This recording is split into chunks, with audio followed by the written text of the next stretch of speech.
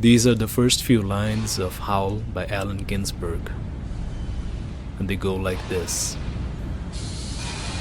I saw the best minds of my generation destroyed by madness, starving hysterical naked, dragging themselves to the Negro streets at dawn looking for an angry fix, angel-headed hipsters burning for the ancient heavenly connection to the starry dynamo in the machinery of night, who poverty and tatters and hollow-eyed and high sat up smoking in the supernatural darkness of cold water flats floating across the tops of cities contemplating jazz, who bared their brains to heaven under the L and saw Mohammedan angels staggering on tenement roofs illuminated, who passed through universities with radiant cool eyes hallucinating Arkansas and Blake-like tragedy among the scholars of war, who were expelled from the academies for crazy and publishing obscene oaths on the windows of the skull, who cowered in unshaven rooms in underwear, burning their money in wastebaskets and listening to the terror through the wall, who got busted in their pubic beards returning through Laredo with a belt of marijuana for New York, who ate fire in paint hotels or drank turpentine in Paradise Alley, death or purgatory to their torsos night after night, with dreams, with drugs, with waking nightmares, alcohol and cock and endless balls, incomparable blind streets of shuddering cloud and lightning in the mind leaping toward poles of Canada and Patterson, illuminating all the motionless world of time between, peyote solidities of halls, backyard green tree cemetery dawns, wine drunkenness over the rooftops, storefront burrows of tea-head joyride, neon blinking traffic lights, sun and moon and tree vibrations in the roaring winter dusts of Brooklyn, Ashcan rantings and kind king light of mind, who chained themselves to subways for the endless ride from Battery to Holy Bronx on Benzedrine until the noise of wheels and children brought them shuddering mouth-racked and battered bleak of brain, all drained of brilliance in the drear light of zoo, who sank all night in submarine light of Bigfords floated out and sat through the stale beer afternoon in desolate fugazis, listening to the crack of doom on the hydrogen jukebox, who talked continuously 70 hours from park to pad to bar to Bellevue to museum to the Brooklyn Bridge, a lost battalion of platonic conversationalists jumping down the stoops, off fire escapes, off windowsills, off Empire State, out of the moon, yakety-yakking, screaming, vomiting, whispering facts and memories and anecdotes and eyeball kicks and shocks of hospitals and jails and wars. And then the rest will be in the episode after. See you there.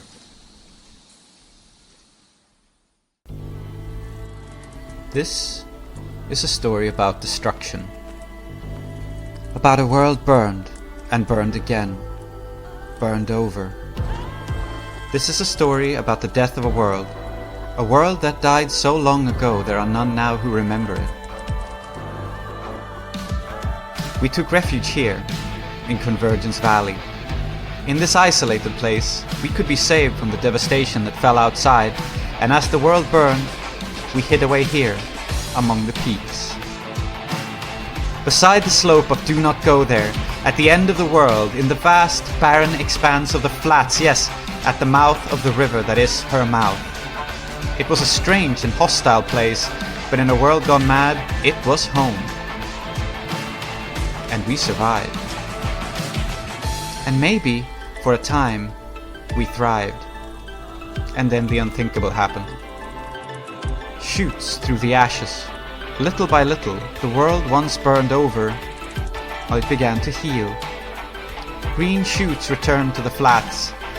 The winds that cut us off from the outside world were becalmed, caught in the doldrums of something else, something waiting. And Convergence Valley was no longer a place of refuge, but a prison. Or was it something else? This is a story about what happens when a nation falls. This is a story about what happens when everything we took for granted is upended and destroyed. This is a story about a shelter torn asunder by the forces of human lives and human will. This is a story about that most destructive thing of all. This is a story about hope. Welcome to Convergence Valley, or what's left of it. Welcome back, everyone, to Desperate Attune, and to our first proper session of Apocalypse World Burned Over. Last week we had session 0. We introduced our characters, and this week we're gonna get into the swing of things, get into the game. I am Holly, your host, and I will be running this session and indeed this season. And with me are my usual crew of loyal players, starting this time with Salty. Hello, Salty. Hi, my edges are loyal and my floor is unreliable. Thank you. I don't know about that. Yes. Moving on to Tree. నా పేరు Saumitri. Last time నేను కన్నడలో మాట్లాడాను, ఈసారి తెలుగులో try చేద్దాం అనుకున్నా. So నమస్కారం. That was very fast. Also, Aadiyat, hello. Aadiyatです。よろしくお願いします。 Yes. And Yes, I am so yes, I am vindicated. and also, Zoheb. Min heter Zoheb, jag är rollspelare och podcaster I will Okay. never die. och forskar. I will live literally forever. Okay. And Why would that's you our want to? No comment. What's at the end of forever? I didn't know that speaking Norwegian is how a tree becomes immortal. Yes. We are the Attune apocalypse, and Tree is immortal. And that about catches you up. No, it doesn't. We will also need to catch you up on what happened. So, in Apocalypse World Burned Over, normally you make some moves at the beginning of a session to sort of start you off, get you rolling. But since we wanted to get in the swing of things with our characters, we did that actually last week. So if you haven't listened to last week, you should probably listen to that first, because it's where we introduce our characters. But to bring you up to speed on what is going on, we saw our characters introduced, and we saw a couple of things happen to them. So Minotaur and Perfidelity Evergreen are out in the field known as the Flats in horrible weather. And they are out there in part because Minotaur's home has flooded, and Minotaur is in search of a new home. Unfortunately, out in this field is also, unbeknownst to them initially, a person named Fennec Garibaldi, who is there because Fennec is hunting for Perfidelity Evergreen as a competitor in the prosthetics making business.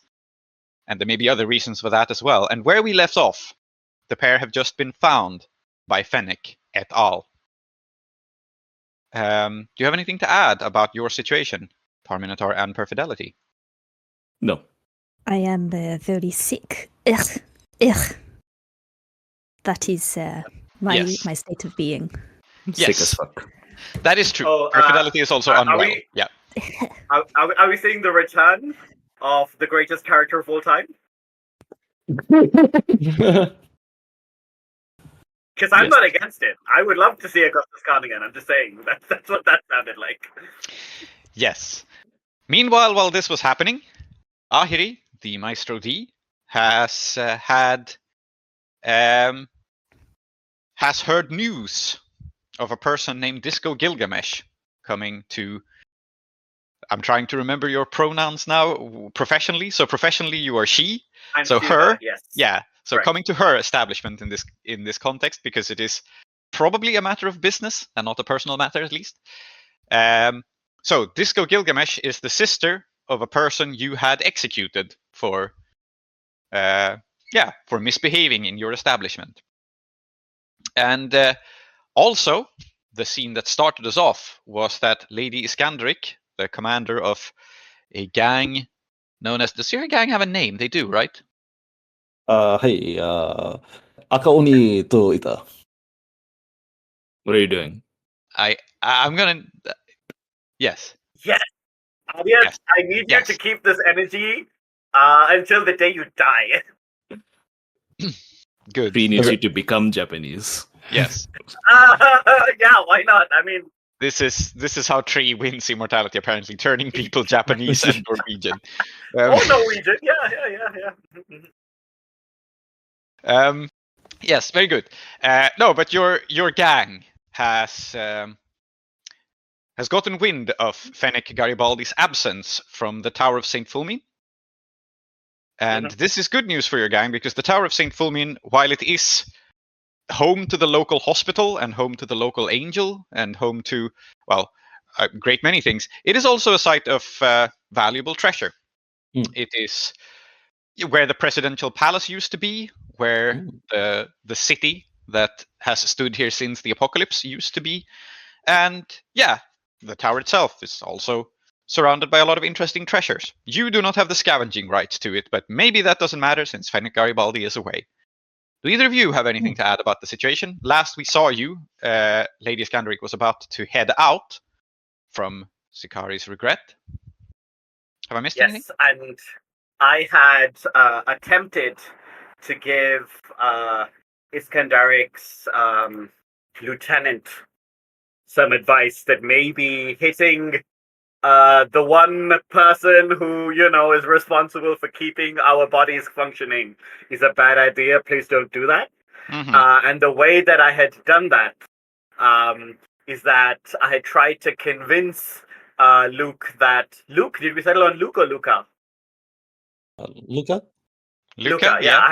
I tried to convince Luca that there is no way that it really is undefended, and in reality, it's probably like some kind of this is 7-dimensional chess trap. Yeah, that is true. Beautiful. So that about brings us up to speed, I think, and Yes. let us get into it. Let's begin out on this field. Fennek Garibaldi has introduced himself, and Fennek Garibaldi is a blonde person, usually wearing a gas mask, quite intense eyes. I imagine a rather elegant build. I think tall but slender. Out here in the bad weather, in like the rain and wetness in the flats, his build is a little more imposing, has a wide coat on and so on, which Minotaur also does, right? You're both pretty bulked up. And I think for the moment, it is not obvious that you are sheltering Perfidelity within your coat, Minotaur. I think it's obvious that you are not here alone, but it's not, totally clear what is going on. Is that a fair assessment of the situation? Yeah, I think so. He has introduced himself, right? Yes, he has introduced himself, and you know him as the bodyguard of Angelica, the maker of prosthetics and the repairer of bodies. Yeah. And he has asked you about Perfidelity. That Yes. is basically where we left off. Now, I had a question here, which is, the reason this person is going after Perfidelity is because Perfidelity had the miss on the port of call thing. Mm-hmm. So, Perfidelity, you heard that this person is gunning for you, right? That's something that you know. Is that how it works? Because it's not just they are gunning for you. You know that they're gunning for you. Word reaches you, so I suppose then I'll ask Holly, how have I found out? How do I know that Fennick's gunning for me? Okay, I'm going to give you an unhinged answer. Your jaw told you. Of course it did. Incredible. Because you have a prosthetic jaw that sometimes picks up radio signals and stuff and other signals. So, Well, it is a talker. yeah. Is that a fair answer? Yeah, that's a fair answer. Mm-hmm. Can you imagine Salty saying no to that? No, I but can't. I'm checking in. I can. Only because they would prefer something even more unhinged. Fair enough. Like a snake, an unhinged jaw. Anyway, Don't you talk about my jaw like that. You know I'm sensitive. yes. That's true. So yes, I think you have a sense of this, and I think you can feel the buzzing of strange signals in your artificial bones. Now, my second question here is this something Perfidelity has shared with Minotaur, or are these premonitions stuff that she keeps close to her chest? Usually. I think before setting out, Perfidelity definitely would have said, I have a bad feeling about this. Okay. But the name wasn't told to me, right? Okay. No. Okay. The reason I'm asking is because if I knew this person's name in connection to danger with my square, this person would be shot right now. You can still read a person. Like, you can definitely try to read what Fennek is trying to accomplish here, if you would like. I would actually like to put the spotlight onto Perfidelity, because I think what I'm going to say is Yeah, so he's introduced himself. I know who he is. Yes. Yeah, and I would say, you are far from the tower of sinful Mine and Angelica. Who is in your charge, Fenwick Garibaldi? What is your business here with my squire?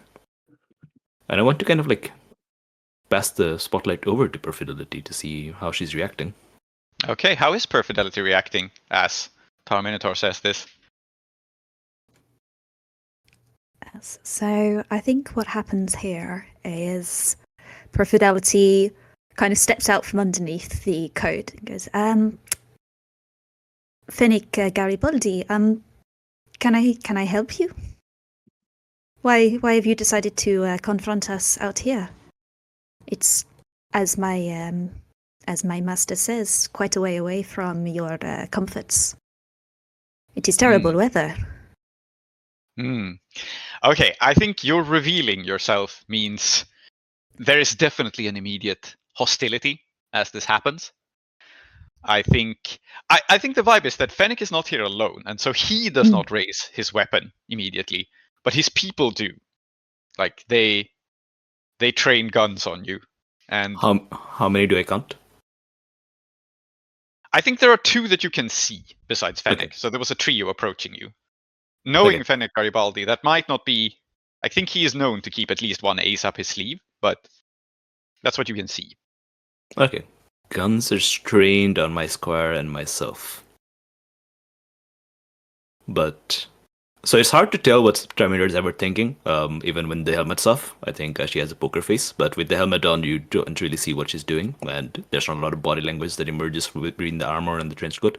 But I think Perfidelity, you can sense the vibe of like, I want to see how you want to play this because it's your business first. Mm-hmm. And so, do either of you want to make a move here, or do you just want to see what Fenwick has to say?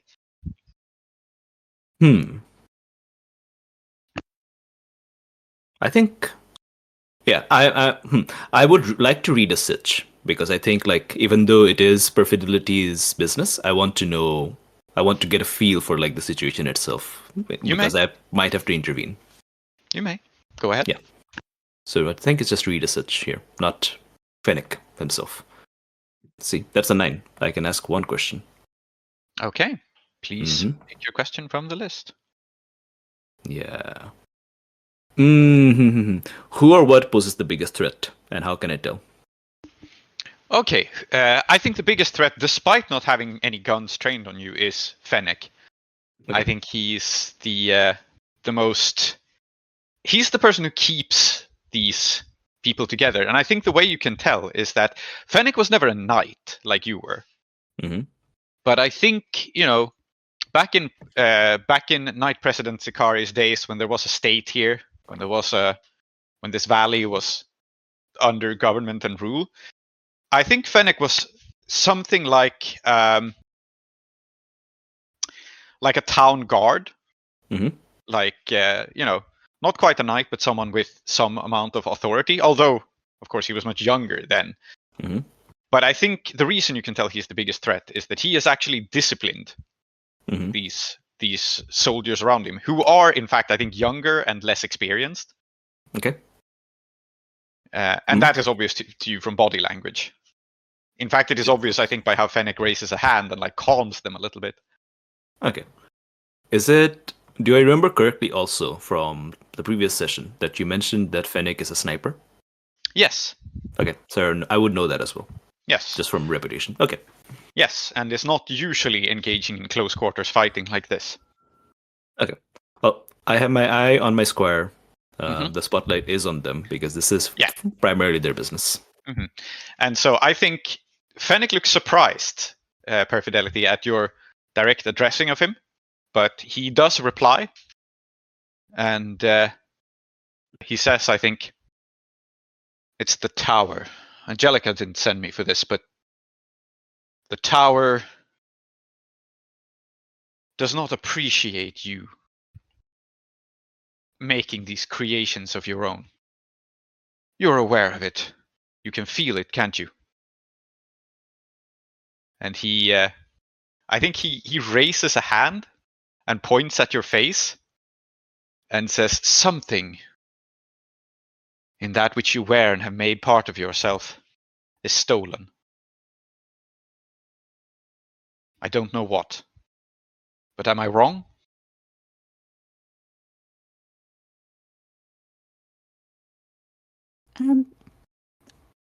Well, you're certainly not correct in your assumptions, but I'm sure we can come to a reasonable course of action later on. Perhaps I can come with you with my master together, and we can figure this out. Ideally, when it is not pouring with rain out on the flats after my master has been unfortunately vacated from her long-term residence. I assume that you have brought cars or bikes with you that could fit another passenger?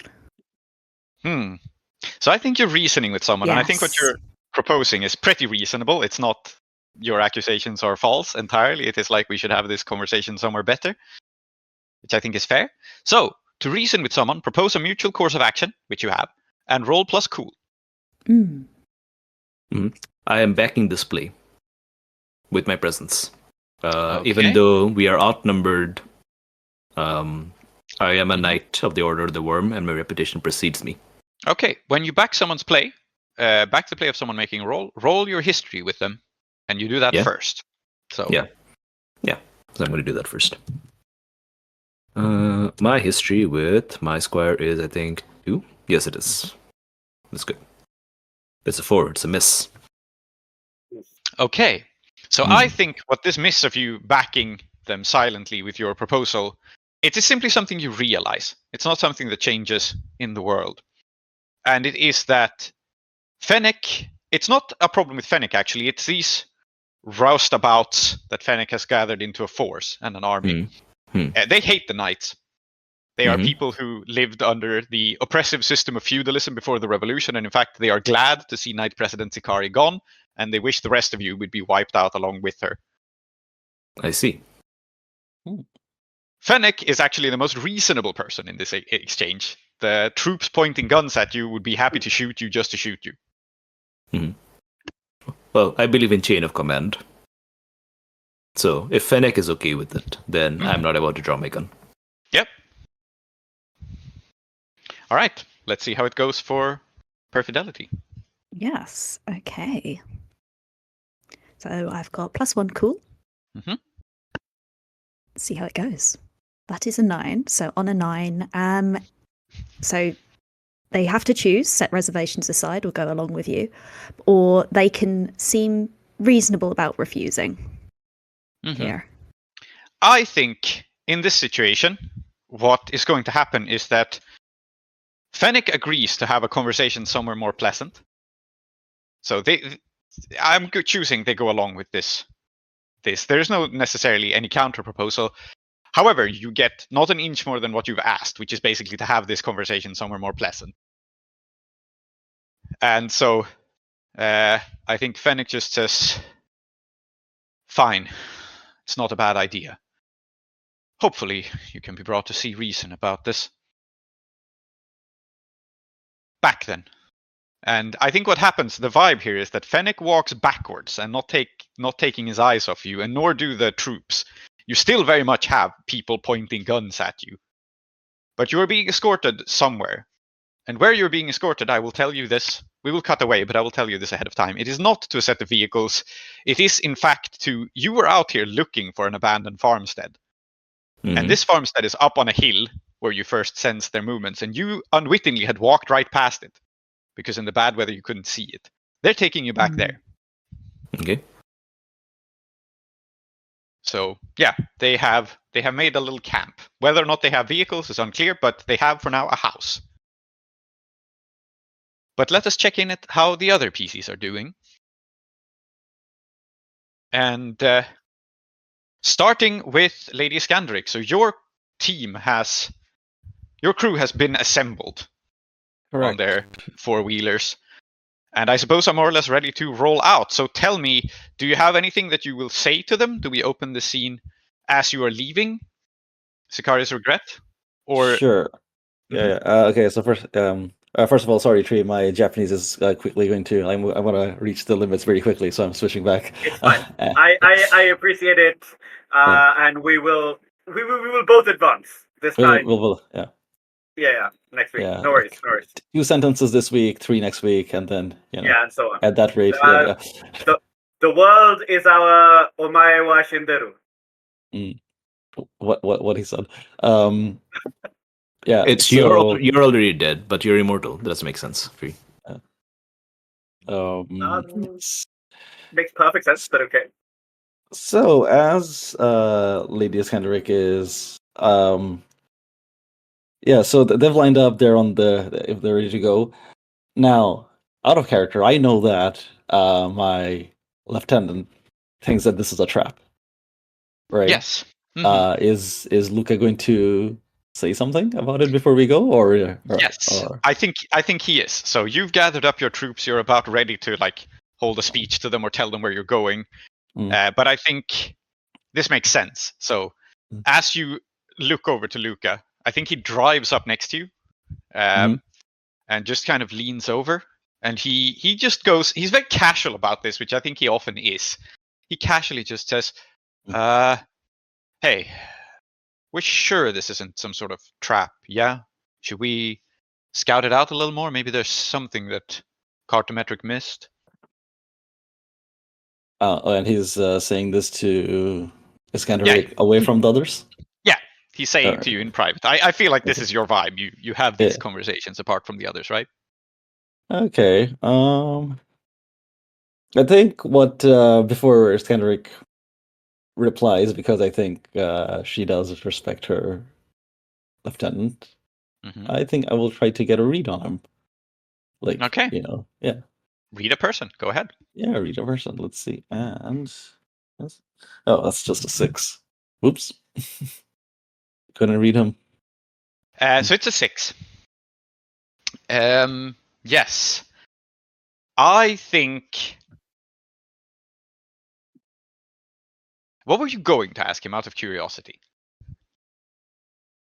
What I was going to say is that what I was going to find out is how do I convince him that it is most likely a trap, but how do I convince him that this is still for the best? It's not that Iskandaric isn't aware that there's a trap, but yeah. Mm-hmm. So I think the vibe here. I think the thing that's interesting to introduce is that he. So you try to get a read on him, and what you realize in a moment here is that he considers Ahiri to be smarter than you. Keys. So he. That is the thing, right? You might try to convince him of this. That of course it's a trap. We should go there anyway. But he thinks that Ahiri is, maybe not a better leader, but definitely cleverer than you are. You know what? That might actually be in character for Iskandaric, and let's roll with it. So I think, all right. So I think what the angle Iskandaric goes for then is that, maybe something like, "You're going soft, Luke." Yeah. We've been sitting around Ahiri's. What is it? A pub, a bar, restaurant? Yeah, it's all three, I guess. A pub. Let's just say a pub for now. A pub come fighting pit. Oh, so a normal pub. A normal pub. Yeah. Pub on a Sunday. Pub on a Sunday footy pitches. Correct. Yeah. Yeah. Okay. So she was doing soft, Luke. Just we've been hanging around at Ahiri's, chatting up with her, eating bread. Eating bread now, Luke. Wow. Okay. I can't believe your bread shaming your lieutenant. Ordinarily, I think it says exactly what kind of place Iskandaric comes from. Yeah. Yeah. It goes. And I think what I said is like a trap. Yeah, it might be a trap. Most likely, it is a trap, isn't it? Mm-hmm. But we've been sitting around here, picking off a couple of farms, one caravan here and there, being security guards for a pub. Mm-hmm. Right? Yeah, I think this chains nicely into another move. I think you have to reason with him now. Ordinarily, he just obeys you, but now it sounds like you're trying to actually persuade him. Or is it the leadership move? Because you It have could one. be. You do have the leadership move. It could be, but the leadership move is more for the entire gang, and I think this is Yeah, just that's one true. person defecting so far. That's true. Mhm. Mhm. So I think it's for now reason with someone to see if you can get him on site. Whatever the case, I think your miss means that he is convinced that Ahiri is correct, and this is indeed a trap. We need to be aware of it, but maybe he'll go through with it anyway. All right. We'll see. Hang on, let me. Oh no, I have no points in cool. I'm uncool. Hmm. Oh shit! It's yeah, a 2. Yeah, well, mhm. Yeah, Yeah. I think. Yeah. What is the interesting consequence of this going wrong immediately? So, Luca can't openly disobey you, I don't think. Like, you're a gang. He's smart enough not to do that. So he's not going to say no to this. But what happens is that he looks you up and down and goes, all right, if you say so, sure. And he has a plan of his own to save his own ass. I think that's the worst outcome for you, actually. It's not that he backs down. It's not that he openly disobeys you. It's not even necessarily maybe that you can tell this, but Luca quietly just makes a plan to stay alive.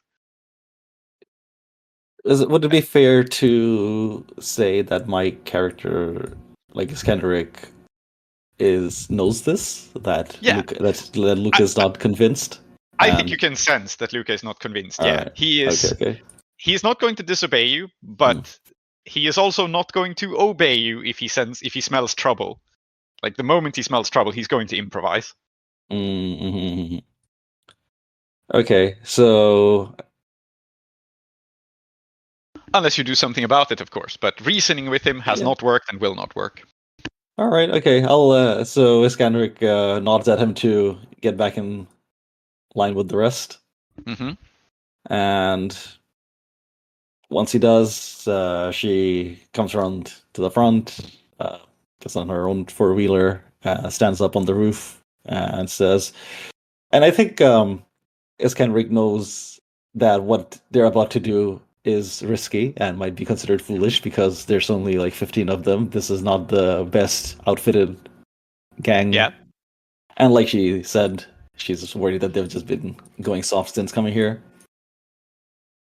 But hey, sometimes you gotta force it. And she says, right, as Metric might have filled you all in, Fenna Garibaldi has left St. Fulmina's Tower. Now, word is he's gone to put a bullet in some poor bastard. Doesn't concern us.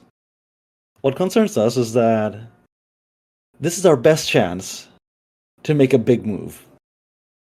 We've been here, we've been doing alright. We don't really have any respect. No one knows who we are. Really. We're gonna have to change that. Today. Now, Garibaldi's gone, but that doesn't mean that it's gonna be easy. I'm sure he wouldn't leave without some preparations to cover him. But we'll go over there, we'll scoop out the situation as long as each of us do exactly as planned. There should be no reason this goes wrong. Yeah. So, I think you will actually have to make the leadership move here. And what the leadership move says is, when you give your gang an order, if it lines up with their impulses, generally they'll obey it. But their impulses are to close ranks and protect each other. And in this case, I think Luca, being obviously uncomfortable with this, the impulse kind of collides with this. So roll plus hard.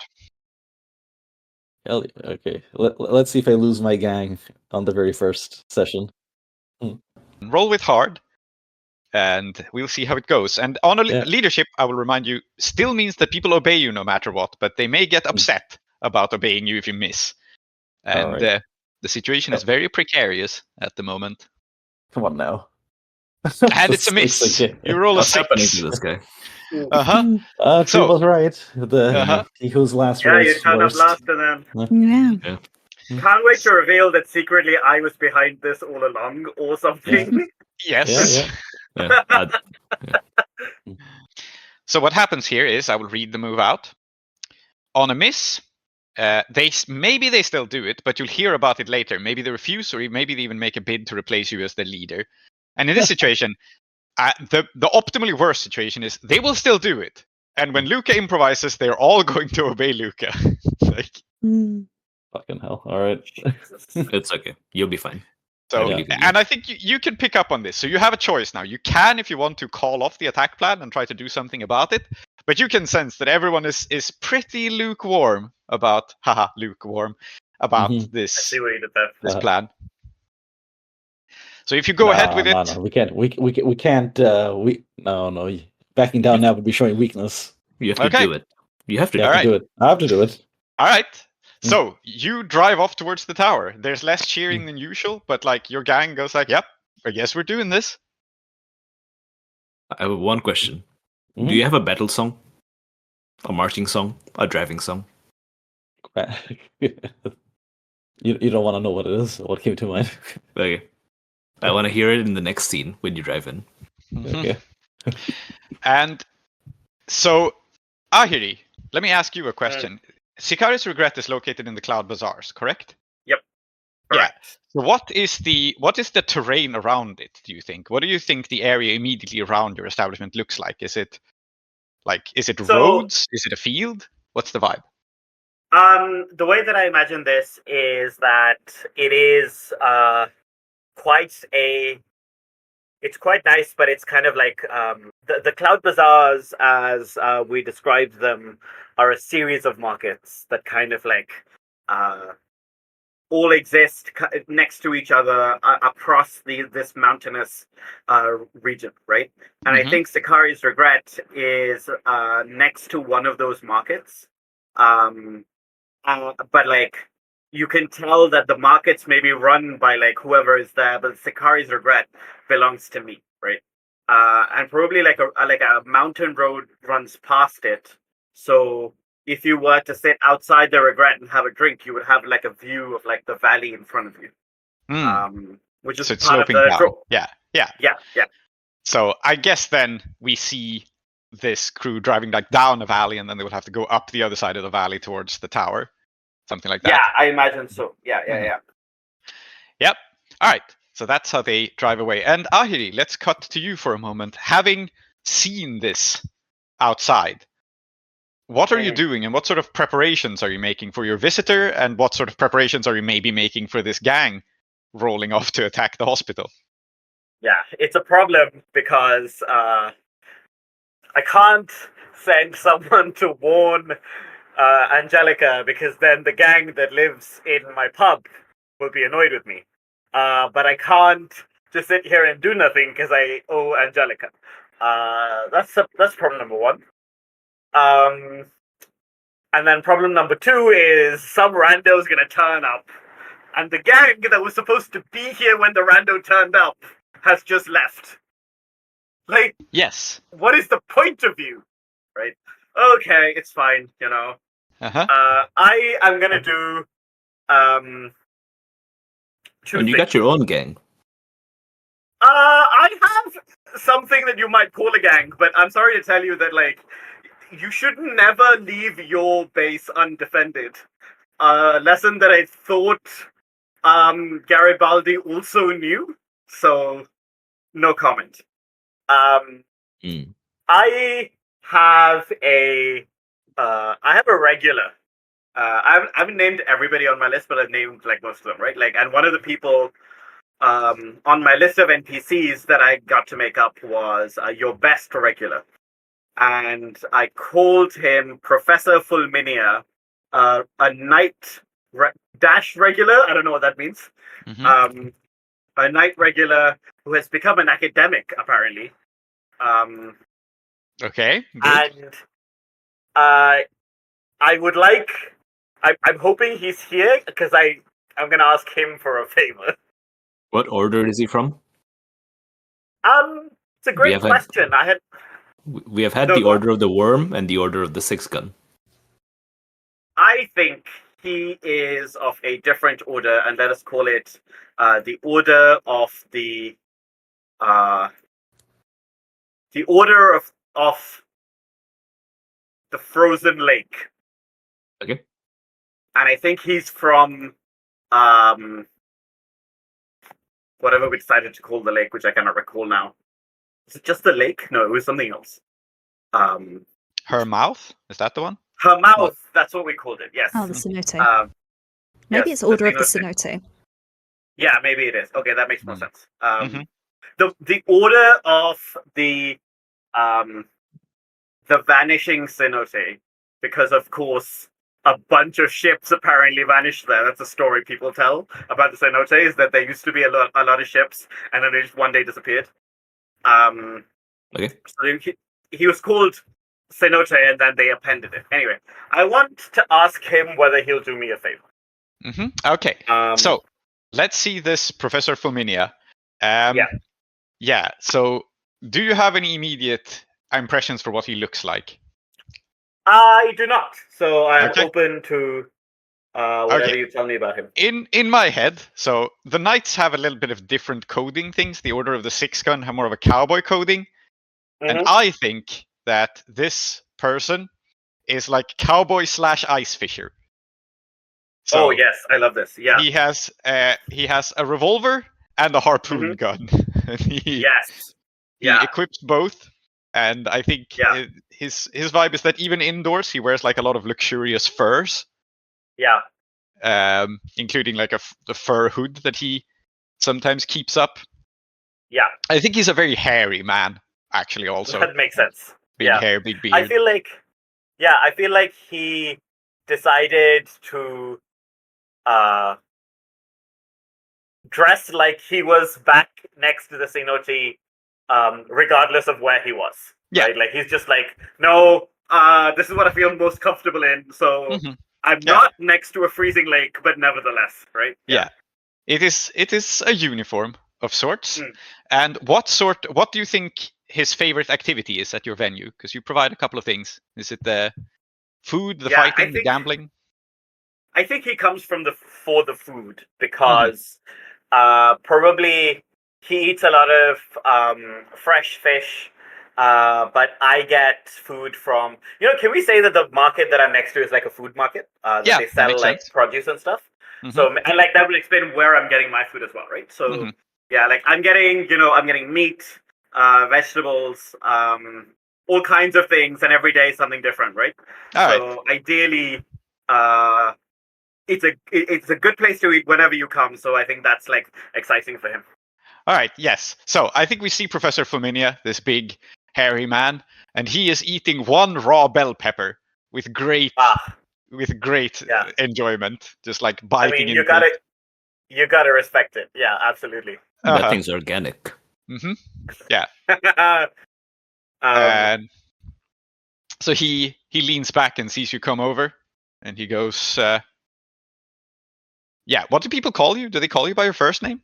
Or do you have a title? I think they call me by my first name, or I think it's fun to have a title actually, now that you've mentioned this. Barkeep? Maybe Barkeep.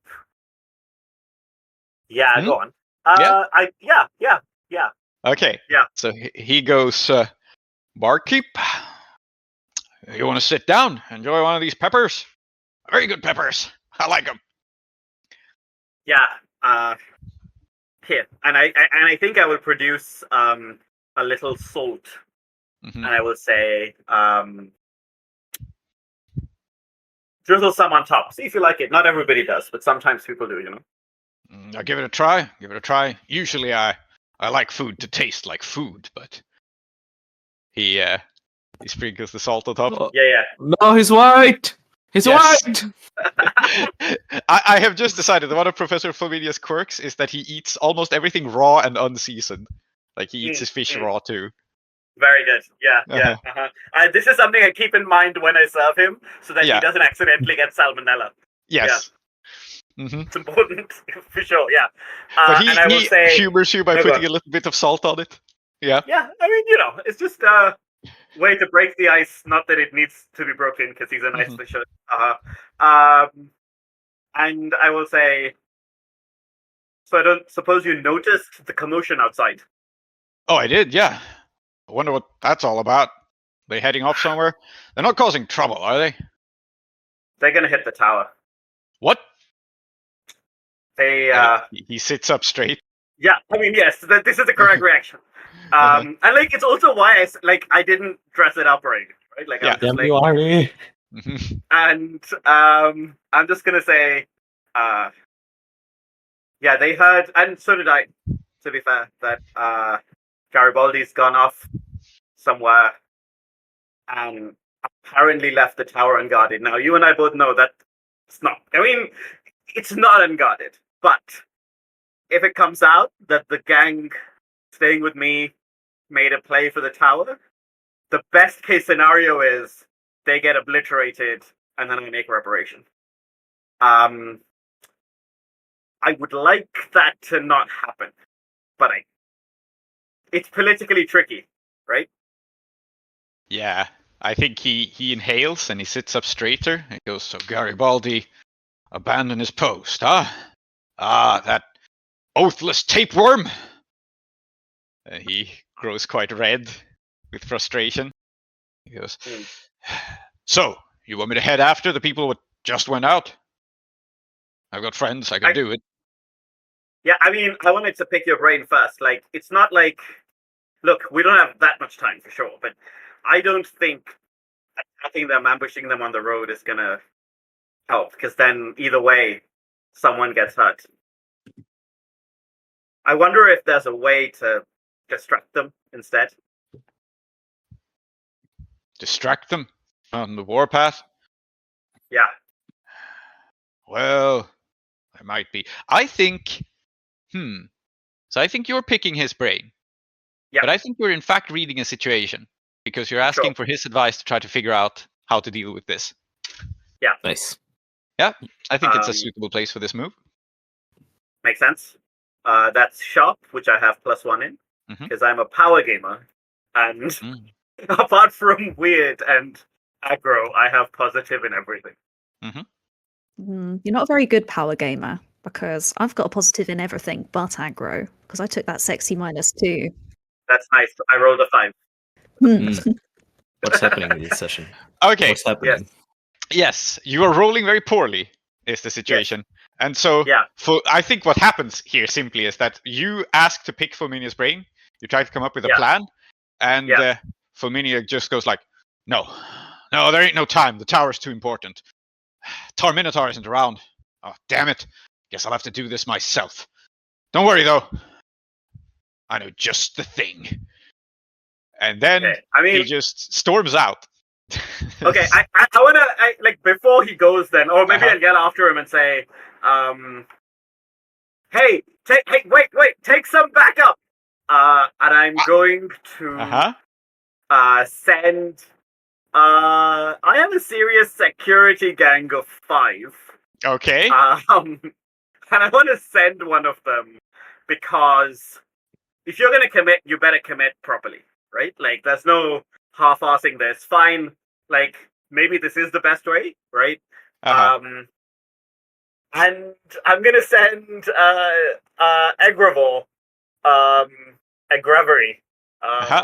who is probably my top guard.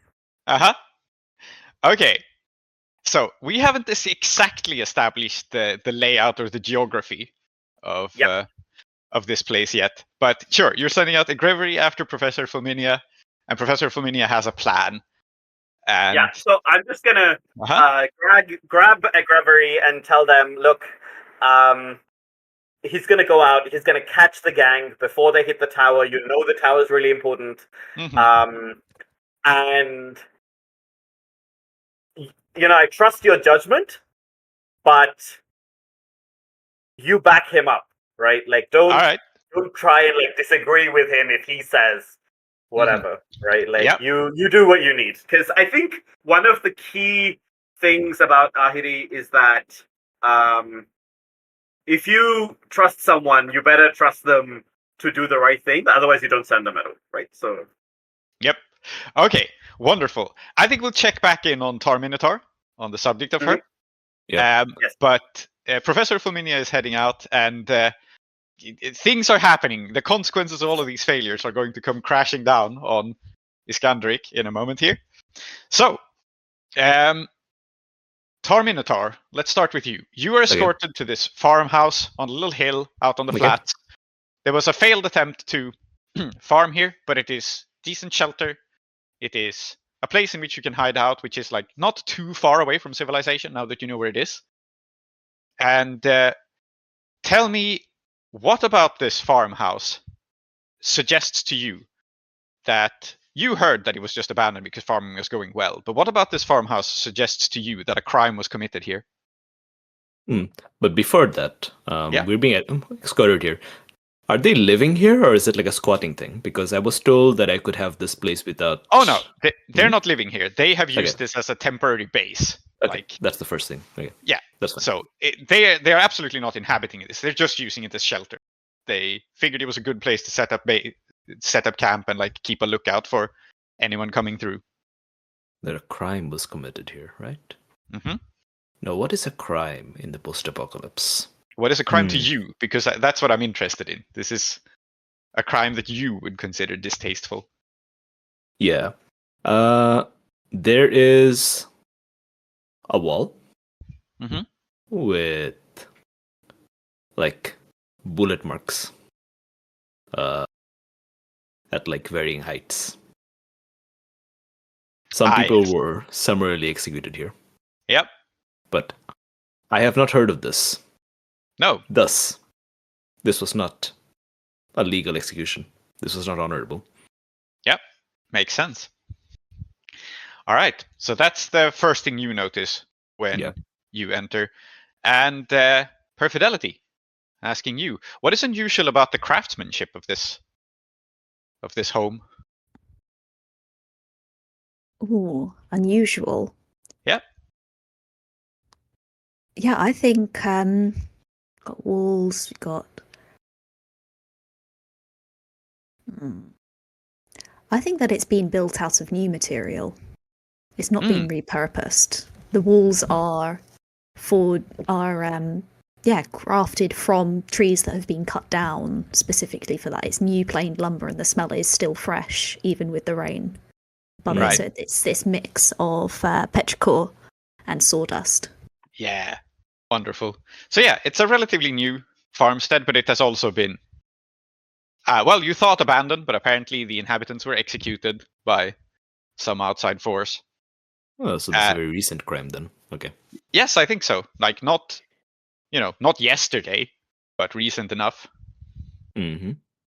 And I think 2 more people are waiting here, which means that Fennec's total forces number 4 people besides himself. Okay, because I had seen 2 people before, and you had implied that there were more people watching, but now it's confirmed that it was just those 2. The more people that were watching you were probably watching you from this house. So okay, they are the 2 additional people. Yeah. Good. Mm-hmm. So there are 5 people in total, which is usually more than enough to hunt down a single person, right? Mm-hmm. Or to at least to shoot a single person once you found them. But anyway, you were shown inside, and I think you have had enough of a conversation with Fennec that he is still not brandishing a weapon. He's relying on his troops to do this, but he addresses you, Perfidelity, as you come inside, and he says shortly, like, well then, sit, make yourself comfortable, talk, and I will lay my cards on the table here. I expect to extract an oath from you. For what exactly? I have done nothing wrong. I got permission for everything that I have salvaged from the tower, and everything in my workspace has either come from there, other places I have permission from, or from her mouth itself. Washed up on the banks. I do not say that you've stolen anything. I say that you have made things which you have no permission to make, which you have no right to make. You are not entitled to meddle with the body in this way. Angelica has the blessing of the tower. But you have made strange modifications. Unpermitted modifications. And I think he glances at your jawbone, which seems to be, it's almost as if he's talking to your artificial jaw as much as to you. At least for a moment, it seems that way. And Perfidelity shifts in her seat.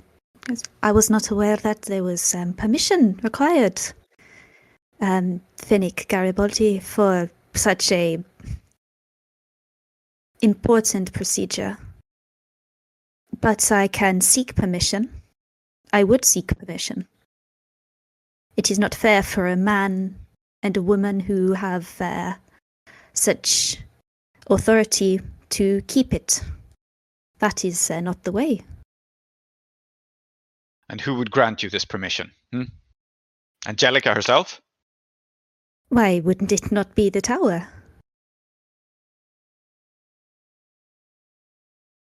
If the tower grants permission, then I would seek it from her.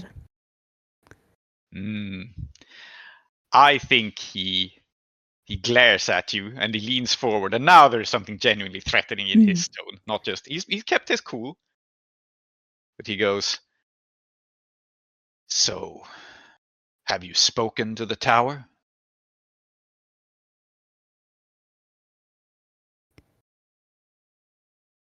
Before? Whenever I have spoken to the tower, it has been very pleasant to speak to. Do you think that you're telling the truth here? Have you communed with the Tower of St. Fulmina before? I think I've got radio signals from it. Yeah. And they have indeed been very pleasant to listen to. Yeah. A knight does tell the truth.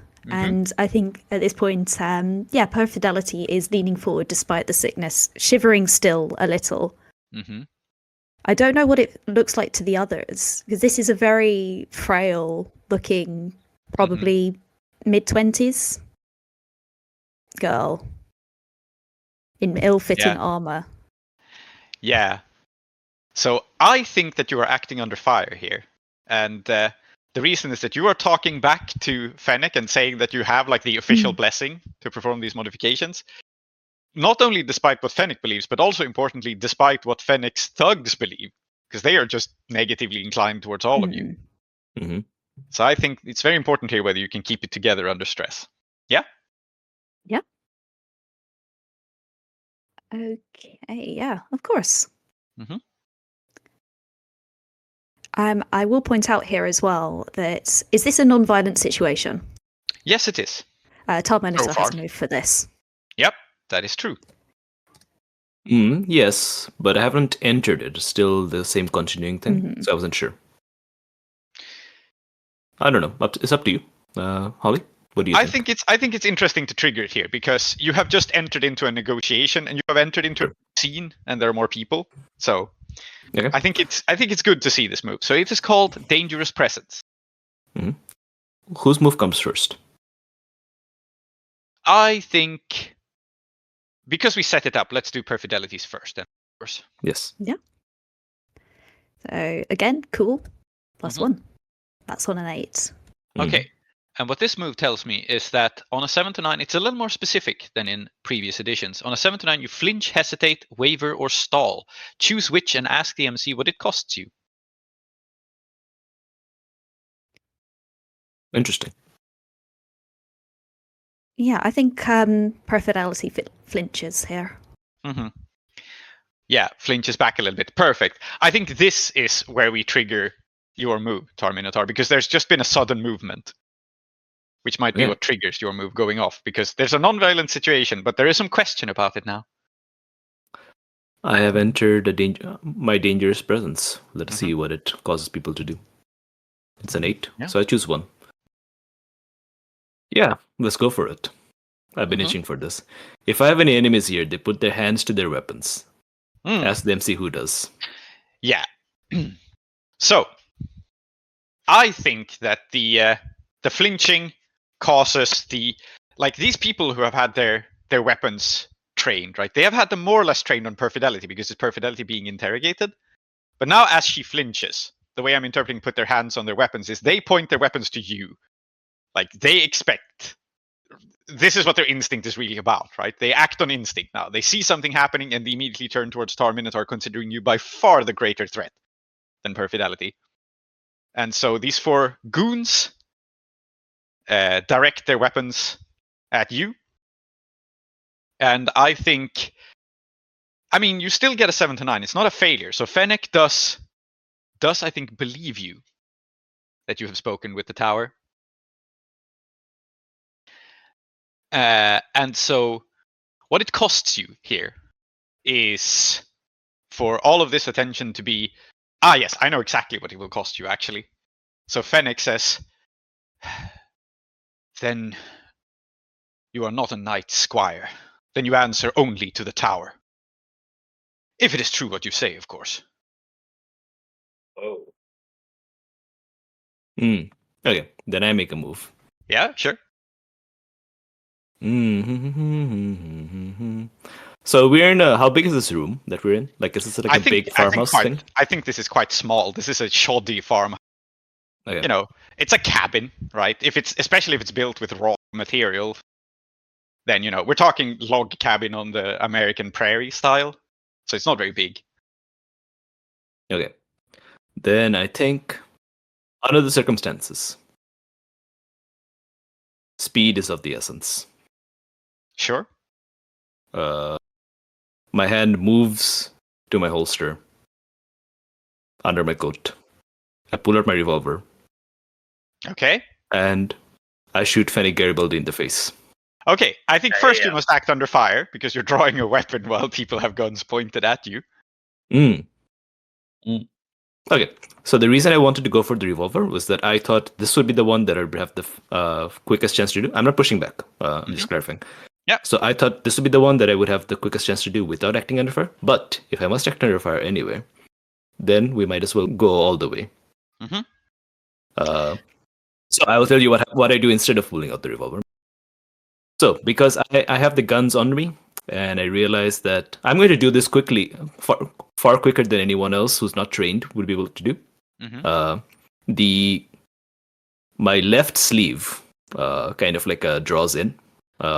My left arm, which is a prosthetic arm, goes under my. I draw it in. Yeah. And it flaps open, and you see my exposed left shoulder.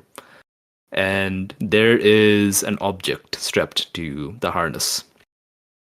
There are several things strapped to the harness. You notice fuel tanks, but there's also something else next to the fuel tanks, a sort of buzzsaw looking thing. And I reach for it, and suddenly it kind of like slides down my arm, and then it kind of like clangs onto my gauntlet. And there's a buzzsaw on the gauntlet. Okay. And then with the right arm, I pull it, and it starts spinning, kind of like a Beyblade kind of thing. So yeah, I pull that. I think now I act under fire. Yep. Sounds good. Yeah. Let's see. A Beyblade kind of thing. Yeah, I pull it like a Beyblade, and then there's like this buzzsaw blade spinning on my arm, on my gauntlet. How super cool is that? Yeah. I'm gonna watch some Beyblade in Japanese so that Yeah. next week I'm ready. Yeah. So this is Let's see. act under fire is with -1, unfortunately, but that is what it is. Mhm. Okay. It's a 4, but that's fine. So I'm doing battle, right? That's the actual move I'm doing. Yeah. Okay. You So are that's setting fine. yourself up to do battle. Yeah. Describe the next part then. Yeah, because Yeah. to do battle, you both act under fire and Yeah. Attack someone. Attack someone. Yeah. Yeah, so I'm going to attack someone. So I pull the thing, I start taking some bullets. I pull the thing, but it doesn't stop me taking the bullets. I pull the thing, and then I point it at Frank Garibaldi's face. And there's a horrible, like, clanging buzzsaw noise. Like, it sounds awful. And then a really, really loud clang. And then the motor stops, and then the thing launches forward at his face. Okay. Yeah. Plus with hard. Oh, that's also a 4. Damn. Oh, they both We are go doing wrong. badly this session, friend. Mm-hmm. Now, I don't think that you necessarily miss in the situation. I do think that you harm Fennec Garibaldi. I think what happens is simply he has time to flinch. So rather than this being an instant kill, there is like a slash across the face. Ooh. situation. Okay. And I think the next thing that happens is that, I mean, the 4 people who were pointing guns at you open fire at you. And Well, we'll let's see see. how harm Yeah. works here. Because so on a miss, I take terrible harm +1 usually. Yep, usually, and I think that makes sense. It's just nice to know that everyone else is failing too. So I'm imagining that they have some sort of hunting rifles. So those are actually relatively rare, and those are 4 harm weapons. Yeah. That is true. So I think the vibe is they have something that they use as hunting rifles, but that isn't quite as good as hunting rifles because they're, tinkered together. So let me. Shrapnel gun? Yeah, that sounds about right. So that's 2 harm, close, messy reload. Yeah, and then they are a gang. So I think that they then do 3 harm to you by default, and it's 4 because it's a miss. So this is quite nasty, actually. Okay, I have 2 armor. Mm-hmm. So you take 2 harm still. And I roll the harm move. Yes. +2. Okay, so that's an 8. The harm move. When you suffer harm, roll minus the harm you suffer. Actually, okay. So that's a 6. Mm-hmm. So So they made it rolling low is bad. Yeah. Instead of rolling high is bad, which is what it used to be. Yeah. So I rolled a 6 and I added a +2. That's not wrong. That's not correct. So it should have been rolling a 6 minus 2. So I got a miss. Okay. Well, yeah. Things are going very poorly. So the MC chooses 1. You're out of action, unconscious, trapped, incoherent, or panicked. It's worse than it seems. Or choose 2 from the list above. I'm going to choose 2 from the list above. Okay. And what will happen is that you lose track of something or someone you're attending to, and that someone is Perfidelity, if you're quite okay with that Perfidelity, because I think Fennec not only dodges the attack, Fennec tackles you to the ground and pulls you away. Is that cool with you, Perfidelity, to take this as a consequence of someone else's? Yeah? I think you're pulled aside, and I think the other thing that happens, Minotaur, is you lose your footing. So Perfidelity gets away from you, and it's just, you're wearing quite a lot of armor, but there's just the sheer impact of gunshots. It's like 4 people with a shooting bulletproof, with a bulletproof vest or something like that, it does knock the wind the hell out of you. So you stumble and fall backwards, and you are down on the ground. All 4 of them are between you and Perfidelity, who's being dragged away. And these are shrapnel guns, so it's like a whole bunch of bullshit gets fired at me. So there's quite a lot of impact damage. I think it's largely impact damage, to be honest. Yeah. Okay. So, yeah. Spotlight on whom? I think spotlight on Perfidelity for a moment, because I think what the interesting outcome here is that Fennec believes you. And Fennec just says, like, fine. Do you renounce her? Do you leave her? Or will I have to make you go by force? A knight never abandons her master. I'm sorry, Fennec Garibaldi. It is not your day today. And I would like to pull out my demolition hammer. And oh my god. I'm going to break his fucking hands. Okay. For doing that to my master. All right. I'm not trapped down here in the table with you, etc. Yep. Okay. Well, I think note that my demolition hammer is brutal, so I cannot hold back on this, even as much as I'm saying I am. Good. All right. I think that you were also doing battle then, and to do battle, when you attack someone while under fire or someone who can and will defend themselves, I think it counts because this person was ready to draw a weapon on you and like escort you away on gunpoint, right? So, roll 2 pairs of dice, assign 1 pair to attacking and the other to acting under fire. Right, so I've got first one, another 8, and then the other one is attacking someone. So I've got a +1 to both of these because I have a +1 cool and a +1 hard. I mark XP because I have rolled with cool 4 times. So I will put that Very there. cool.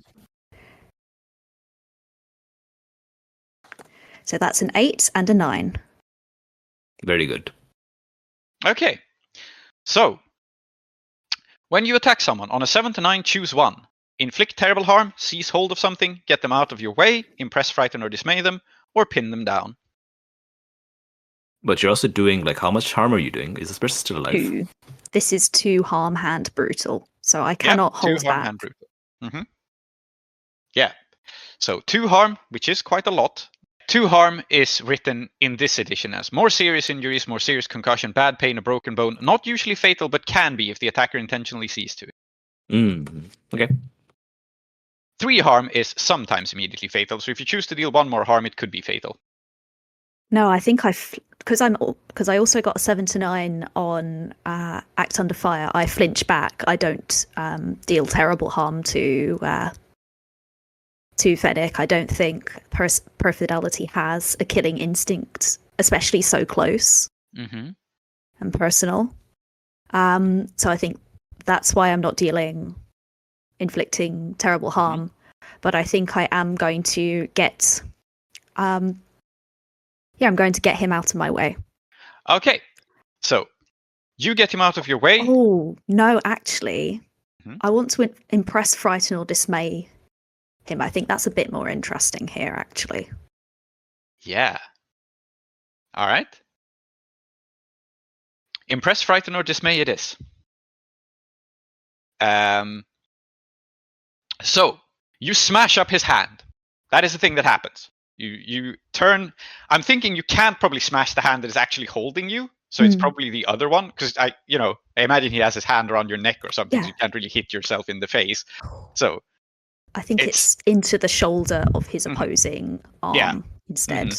That shoulder joint is very, very weak. Yeah.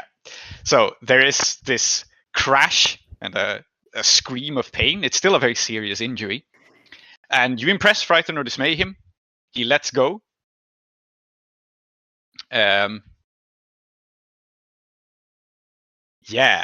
Okay, this is interesting. So I think what happens is that you smash into him. He draws out a revolver, but he does not shoot you. He hits you with it. So what are we thinking that is? 1 harm? Yeah. Yep, I think so. Seems reasonable. So you're getting pistol whipped for 1 harm. Cool. I take no harm because I have 1 armor. Yep, makes sense. But you still do the harm move. I still roll the harm move, yes. So just flat 2d6. So I'm taking harm. That's a 4, so I also miss the harm move.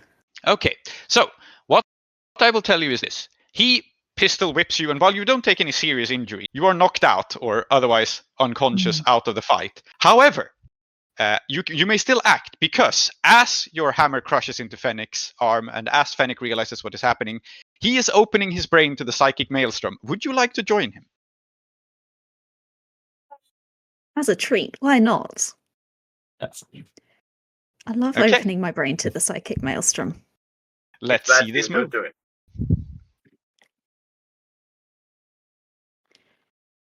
That's on an 8. So I do get to hear something new and interesting about the current situation from the point of view of the world psychic maelstrom. And you can also ask me a question or two. Yes. And so, the new and interesting thing about the situation that you learn is that Fennec Garibaldi is, and this was maybe obvious to you from context before, is not actually that loyal to Angelica. Fennec is loyal to the tower. Fennec is a true believer in the message of the tower. And this is why he protects Angelica, because she is someone who can communicate with it. And now, the interesting thing you learn about this is that he is opening his brain to the psychic maelstrom. And my question for you is, and he will learn this also in this moment, because you're both opening your brains. Would you be willing to make him a new arm, more powerful and better than anything Angelica could make? I'm a gear cutter. Of course I would. Yeah, why would the answer ever be no? Yeah, I know. But he will also learn this. He will learn about your true blessing to be one of the people who can modify the body, who can make it better, who can make it anew. And so you pass out, but you are drawn into this sense of the maelstrom. You can feel the tower speaking to you, buzzing to you in radio signals inside your jaw as you lie discombobulated on the floor. I don't think you're unconscious. The vibe is more that you're, stunned. You can't help out in this situation. Yeah. So your vision swims and floats. You hear the Morse code rattling in your jaw from the tower. And you understand. I think you and Fennec both understand that you could make Fennec into something new and incredible. And I think, as soon as the demolition hammer smashes into his shoulder joint, Perfidelity is already imagining the impact, what happened, the fractures. I can make something new out of that. The sound of it, the splintering. How could that not happen again? Because I made my master a new arm. Mm-hmm. I could make another one. Yeah, and a better one. Yeah. From the moment I learned the weakness of my flesh, it disappointed me. Yes. And let us cut away here to Lady Iskandaric. Yes. I think this is a good time for it. Lady Iskandaric, you and your crew are rolling up towards Saint Fulmina's tower. Yeah. You've made some distance some of the way there. The professor cannot catch up with you immediately. Or, well, professor. I imagine it's actually just his first name. His first name is Professor? Yes, his first name is Professor. And so I think your crew already begins to get uneasy, because as you get closer, the frequency from St. Fulmina's tower, which is still making all these strange broadcasts, begins to resonate and vibrate through your four-wheelers. And some of them begin to sing. Some of them begin to reiterate talk shows from long ago. There's conversations echoing out from the hull of them. And you hear something from your own four-wheeler. What do you think it is? What memory is being replayed by the metal in your vehicle? I mean, it has to be the obvious, right? Hearing old football commentary. Mm-hmm. Yes. Old football commentary echoes out of it. Yeah. And your crew gets even more uneasy by this. Clearly there's something weird about this tower. But you roll up on it and things seem to be going fine, aside from this strange frequency that works its way into your vehicles. And then, the next thing you know, something passes overhead, over your crew, and it makes them all freak out. And the reason for this is that it is one of the old nightly flares. This is an alert system used by the knights of old when the government still existed. This called down the wrath of one of the orders on the location. And that is certainly, a location where we are? Yeah, it is. And certainly, while the knights are not allowed, it is certainly grabbing the attention of everyone. People at the tower know you're coming, and this is the sort of thing you would use to signal someone to spark a trap. It's coming from behind you, it shoots overhead, and it is alerting absolutely everyone to that something is going on over here. It's really uncouth to say I told you so I won't. Yeah, and your crew panics, I think. They have expected to draw attention, but this is a signal sent out by a knight or someone who has killed a knight and looted one of their flare guns. And so they freak out. Luca was already prepared for something, and so he just turns 180, and he has decided to zoom back towards whoever fired this flare. What do you do? And I will tell you, as Luca turns around, the discipline absolutely breaks down. People take off, some follow Luca, some follow you, some go off in another direction. Okay, so as you know, this happens, and I think the first thing Iskandaric does is mutter under her breath something like, useless bastards, and then I think because she can't rely on her crew to give her the lay of the land, I mean, she's got to do it herself. And I think what she will try to do is so they're all scarpering. I think she tries to look around on her command vehicle to see what's going on, and when her eyesight's not good enough to see what it is, she tries to use the radio frequency itself to feel out what Okay. what's the frequency and who else is there? Because if our four-wheelers are resonating, anything else metallic nearby should also be doing the same thing. It sounds like you're opening your brain to the world I am. psychic maelstrom. What's Beautiful. the frequency, Kenneth? What's the frequency, Kenneth? Yeah. Okay, I mean, come on. This has to be more than 7. Please, go on. Oh, it's just 7. Hmm. Well, 7's okay. Yeah, sounds okay. the important thing is it works. And so, when you open your brain, on a hit, the MC tells you something new and interesting about the current situation from the point of view of the world psychic maelstrom. On a 7 to 9, you get an impression at least. And on a miss, be prepared for the worst. And I may also ask you a question or two. So, as you tune into the vehicle, I think this becomes a broadcast that is no longer in the metal of your vehicle, but it becomes a broadcast of memories. Of memories of the nights under Knight President Sikari, of this place as it used to stand. And the commentary, gently in your brain, in the forms of football commentary, of course, it tells you. So, how do I frame this as football commentary? I suppose it says, and here's Flaminia holding up the back up on the tower. I mean, it's not going to be football commentary that makes any sense because it's talking about the situation. But Professor Flaminia holding up the back on top of the Tower of Cubes. Oh, on top of the Tower of Cubes, firing the flare gun. Oh, what a move! The enemy team is in disarray. And Professor Flaminia on the Tower of Cubes. That's the answer to a clue mystery. Yes. In our world. Yes. With the flare gun. Yeah, Professor Flaminia with the flare gun. Yes. And I mean, you have met Professor Flaminia because he's a regular of Sikari's Regret. He is a regular where you hang out.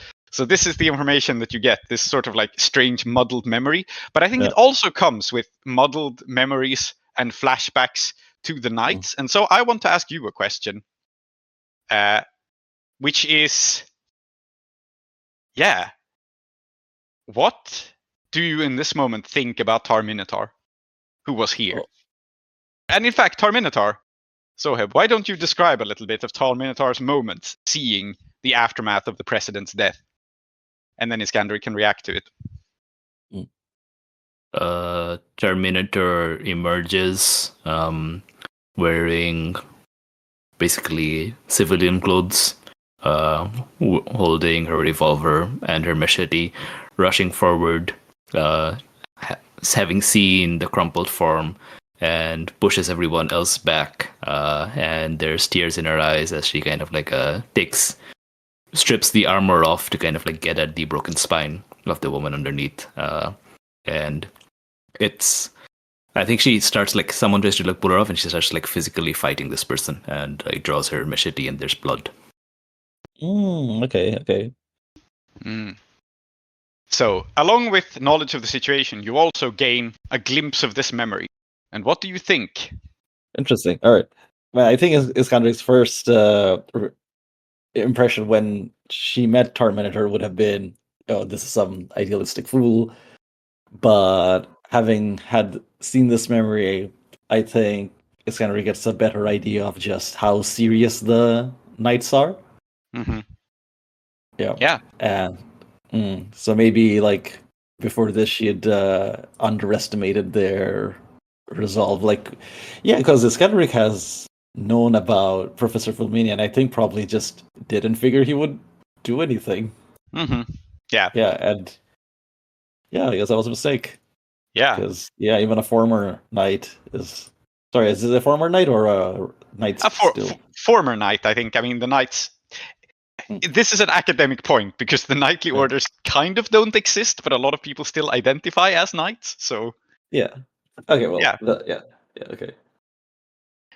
What Professor Flaminia exactly thinks about his knight status is unknown. But you find out that he is here and he has fired the flare gun from atop the Tower of Cubes. Which is obviously not the Tower of St. Flaminia itself, but you knew that because it was coming from behind you. So if I'm still tuned into this maelstrom, what I think I would like to do is to the crew generally, but to Luke specifically, say something like, "Calm down. It's just one guy. Hold ranks." Yeah. And I think his response to you, because you've already failed to keep discipline, is it echoes back over this like radio channel as your minds are connected. He goes, "Yeah, exactly. Just one guy. This is how we bust up the trap." And he is turning his vehicle around and charging straight at Fulminia. And what makes matters worse here for you is I think he knows where Fulminia is exactly, because he was ready to bug out and improvise, and he has been paying close attention. His plan is to pull out of the situation, deal with Fulminia, and then hang back and see what happens. And can't let some lackey show me up. Yeah, I mean, I've lost the dressing room, as it were, in football speak. Already, hence the first scene. I think Iskandaric just has to beat Luke to the punch somehow. Okay, so you want to outdrive him? No, I don't think I want to outdrive him. I'm gonna somehow use my mind to. This is really far away. I don't think I can outdrive him. I'm gonna have to. Don't you have a rocket tube? I don't think I can shoot at my own guy. That'd be bad. See, this is how you know that you're not committed to victory. Well, tell me what you want to do. I can't be the toughest gang boss if my gang is dead. Don't have to fire it at him, right? Oh, you meant? Oh, sorry, you meant. Say. You meant shoot it at Saint Fulminia. Sorry, not Saint Fulminia. Professor Fulminia. Oh yeah, I could do that, couldn't I? Yeah, or you could do it as like a warning shot, I suppose. Like, do it again, and you're gonna get fucking rocketed. Yeah. Doesn't need to know that you won't actually do it. Yeah. Well, okay. That's a good option. That's a good option. What I would have liked to do is disable his vehicle remotely with my mind, but I could also do it remotely with a rocket. Yeah. Or you could just take your hunting rifle and shoot the engine. Yeah. Yeah, but you have rocket tubes. You do. I don't think you can shoot Professor Fulminia because you can't actually see Professor Fulminia. You have an idea of where he is, but you can definitely try to take out Lucas' vehicle one way or another. With your mind or with a rifle or with a rocket tube in front of it to make it just drive into a rocket-created ditch. That's all good options. Yeah. You just named a bunch of insane things. Like. Yes. Yes. They're good options. They're good options, Let's do it. I'm gonna... They're good options, yeah. And I will do it in the coolest way possible because I have to first catch up to Luke, so I'm gonna put the car into overdrive, and then while on a moving car, I'm gonna try to take a shot at Luke's wheel. Is this something challenging? Yes, I think this is something challenging. Yeah. I was wondering if we're doing behind the wheel, but I think the interesting thing is shot, not driving. So I have -1 in aggro, so this will be absolutely disastrous. Try to do something challenging. That might require strength, skill, great care, quick reflexes, or hard work. Roll aggro. Yep. Let's see. Would it be less challenging if I use my portable rocket tubes? No, but it would be more spectacular if you succeed. No. So you're shooting out his engine.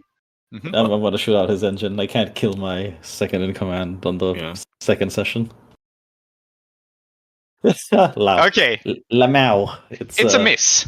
And in this case, it is literally a miss because as you drive forward, your engine bucks and bounces upwards, and you shoot your second in command. You hit him instead of the vehicle. Oh no, that's fine.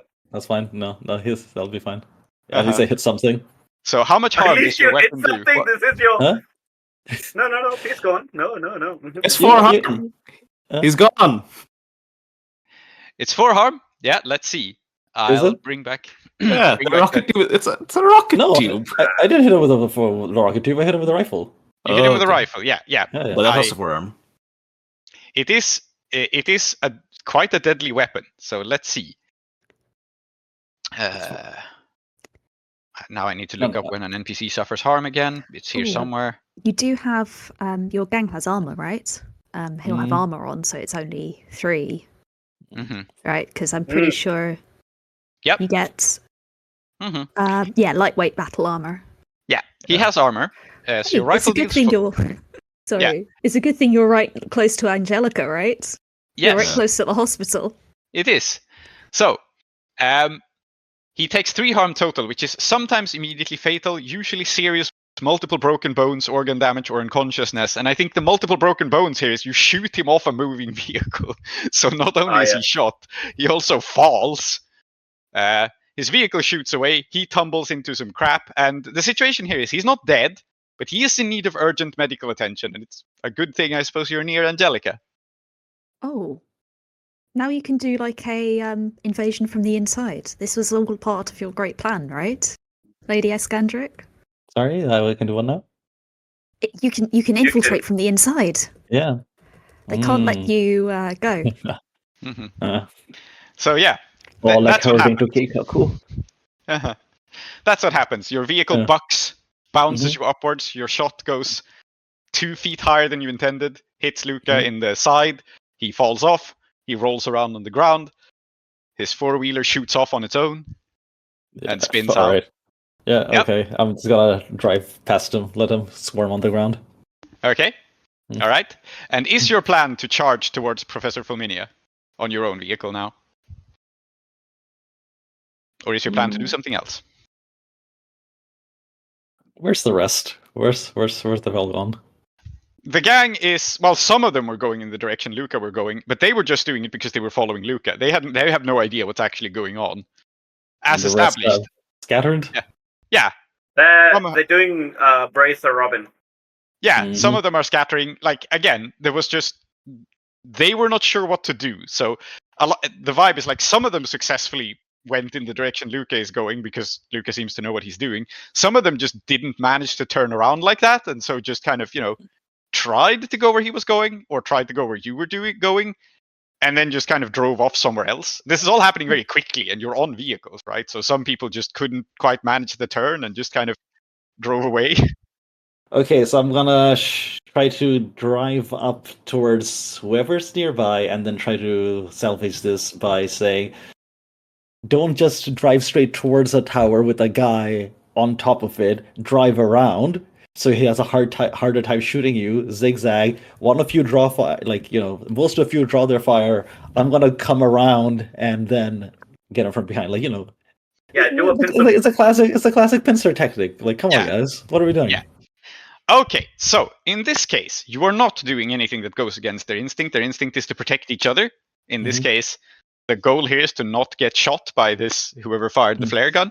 So I think getting them to do this just works, although not especially well because they're scattered and disorganized. But no one disobeys you. They try to do this to the best of their abilities. So you don't need to roll for that. If you want to circle around or something like this, you might have to, but I think this is a good moment to cut away and see how Ahiri is doing, and then we'll go back to the situation. Why? I was suffering enough as I'm just hanging out, man. I wouldn't worry about it.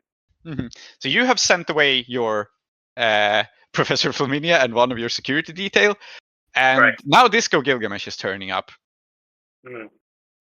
So she just walks in, I think is the vibe. Like, you don't have security detail looking out for her. So this woman just walks in, and you recognize her, I think, by family resemblance. I think she is. She looks like an asshole. Yeah, by blood related to Bingo. She is this, quite striking woman. With brown, dark eyes, and I want to say she has like a blue cloak on that's made out of recycled plastics, like many, many times over recycled plastics. So the vibe is like little stray blue fibers fall off of it, as it's like like shredded plastic ice cream containers and stuff that have been put together. So she sort of flakes microplastics as she enters in an aura over them. And she immediately makes eye contact with you, I think, and steps up and just says to you, I suppose you know me. I'm here to make amends. I would like to read this person Yeah. on Please do. account of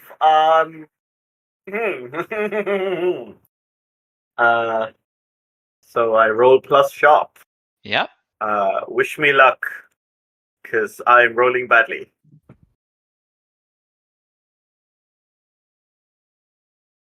It's a 9. I will take the 9. Mm-hmm. Ask So 2 on questions. a 9, I get 1 question. You get 2 questions actually when you read a person. Oh, that's why read a person is clearly just a superior move. Mhm. Okay. You do get a +1 on read a situation though when you. Yep. Yeah. Mm-hmm. Okay, so I get some idea of them, but I can ask them like during the interaction. Yep. Uh, You can save so your I questions. will if you would like. say, yeah, I will say. I suppose you are. Would you like a drink? Very much. I think her eyes never leave you. She's very, very intensely focused on you, but she says, very much. I thank you for your hospitality. No need to thank me. It's just the job. And then I will. I have a badly starstruck employee who thinks I'm super cool and amazing. Okay. And he does not know how to stop being a he/him. He's like, I'm just a he/him all the time. Why are you insisting that, like, what is this gender stuff? Why can't I just, like, be one gender all the time? He's just a little guy. Yeah. Yeah, he's just a dude, you know. And I'm gonna yell, Karun, get me some of the Death's Head stuff, and mind the bar for a few minutes, would you? Yeah. He nods and goes like, "Oh, yes, ma'am," and he like makes a little gesture of respect. I don't think he's the type to salute. Actually, I think he does a little bow. He does like a little flourish and a bow. That's his thing. He always does this with you, like waving his hand around. I've told you look ridiculous when you do that. He goes, "Yes, ma'am." Fine. And I do think that, like, while I have told him he looks ridiculous when he does it, at least, like, he's got a bit of spine about this, right? At least he's a bit like, no, I'm going to stick to this. I'll take it. And, like, I will pour some, golden brown liquid into 2 chipped, maybe what they are is actually they are, in a past age, they might have been used not to drink out of, but to, like, those holders that you put those scented candles in. Yeah. Right? They're still, like, bowl-shaped, but they're not that convenient to drink out of. Right? No. Yeah. But they look cool, I guess. Yeah, they look cool and beautiful. And I think since the apocalypse was a very long time ago, they have since been used in the city under Knight President Sicari's rule. They were actually used as wedding cups, and so they have the names of happy couples written inside them in chipping acrylic. And so, in a way, this is a deep insult to Hammurabi, because I'm implying that I'm drinking in some form of, like, jubilation and joy. Yeah. In this moment. Mm-hmm. Yeah. So, yeah, Hammurabi is the guy who died. Disco Gilgamesh. Yeah. No, I mean, I'm insulting his memory. Yeah, you're insulting his memory. Yeah, absolutely. Because, like, with his sister, I'm like, he's such a great time, right? Yeah. And I think her eyes flicker down towards it, and she looks at it with some amount of disdain, but she tries to swallow it. It's clear that this is troubling her as well. And she drinks, I think, in silence, and she says, "I'm hoping we can get along. Can we?" I hope I can get along with everyone. Hard to do business otherwise. Good. All right, I suppose I'd best get to the point. I know that my brother is dead, and there's nothing I can do to change that. I'm in no position to avenge myself on you, and I'm not here to try. I'm here to rescue what is left of the family fortune, and I would like to ask your help as humbly as I can. And I would like to ask you not to extort me over it. I know you could, but I believe you to be more honorable than that. Okay, that's an interesting approach. Mm-hmm. Unfortunately, it is the kind of thing that I'm like, oh, that's cool. Are you telling the truth? Yes, she is being entirely truthful. She knows that you are in a superior position to her. She has not nowhere near the connections and stuff you do, and you had thugs sent to kill her brother. And like, she is kind of a badass, but I don't think she could take on Lady Iskandaric's entire gang, right? Nowhere near. Yeah. So she is aware that she is negotiating from a position of weakness. Right. I take a drink myself, and I will say, I hadn't heard that he'd left anything. Never mind something like a fortune. Well, I don't know. I don't know exactly how much it is worth, but it's not a stash of old world goods or treasures or anything like that. It's information, actually. Of course, since he's dead, I can't exactly ask him. But I'm wondering if there may have been some clue among his possessions that maybe I could read. And if I do, I'd be in your debt. I know it isn't much to offer, but I'm telling you, if I had what he knew, I could make some money. I could bring some back to you.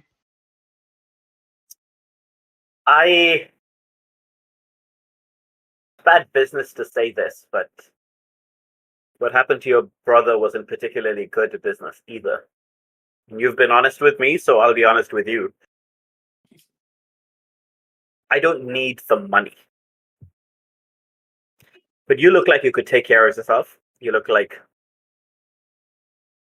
anyone who could even understand the death of a loved one is, quite frankly, more mature and iron-spined than most people I know around here. I'll make you a job offer. 3 days a week. Meals, drinks on those days. Just to see how it goes. That's very generous of you. You have my help. Mm-hmm. Yeah. She says, that's very generous of you. Very good. She hesitates, I think, a moment, and she looks around to make sure that no one else overhears this. And the vibe is very much like she does not want to trust you with this or to take this to you. But she's done her research, and she figures that, she can definitely trust you more than she can Iskandaric's raiders. Yeah, probably. Yeah. What do you mean? Mm-hmm. So she leans forwards and goes, if I must work with you, I will. Now here is what I know. The information my brother carried, it wasn't just in his head. He'd written something down on his clothes, or in his clothes, in a lining of a coat, something like that. I need to search them. I need to look through them. And of course, this is a problem for you because you were not asking for his stuff to be taken. That is all had by someone in Iskandaric's gang. Probably not even Iskandaric herself. She wouldn't bother with a bloodstained coat. Yep. Yeah. You know who in that gang would love a bloodstained coat and think it really adds a certain something? Mm-hmm. Speed Freak? I was thinking thick as a brick, but either way. Yeah. Yeah. Could be Speed Freak. I don't know. Speed Freak, because I think Speed Freak is an incredibly funny name. Yes. I will say there's two ways we can do this. The first is the lot that have your coat went out raiding. Can't speak to when they'll be back, but they're living on my property, and they don't particularly expect privacy from me. So we could take a look. We could wait for them to come back, negotiate with them. The reason I say this is, of course, and I'm sure you know, they're the people who I hired to do the deed. And I'm not suggesting I'm not responsible. Yeah. I'm saying they did do it. Yeah, she nods, but I think there's definitely more resentment in her eyes towards these people. And, you know, Yeah. I think she's done her research. She knows the story about this. It's basically you were the one who goes like, deal with this person. And then they are the people who decided to gruesomely kill him. That wasn't necessarily. Yeah. So I think I'll say, fine. In that case, there's one more thing I have to ask you, and might seem strange, but it matters to me.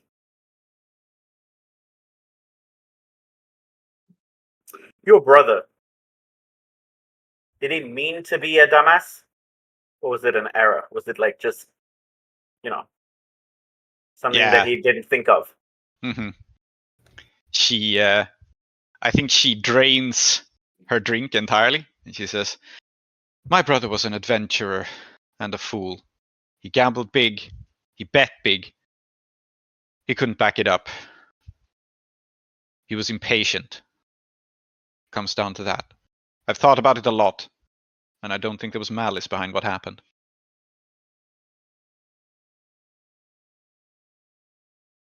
Okay. Well, in that case, we should do it now before they come back. You never know.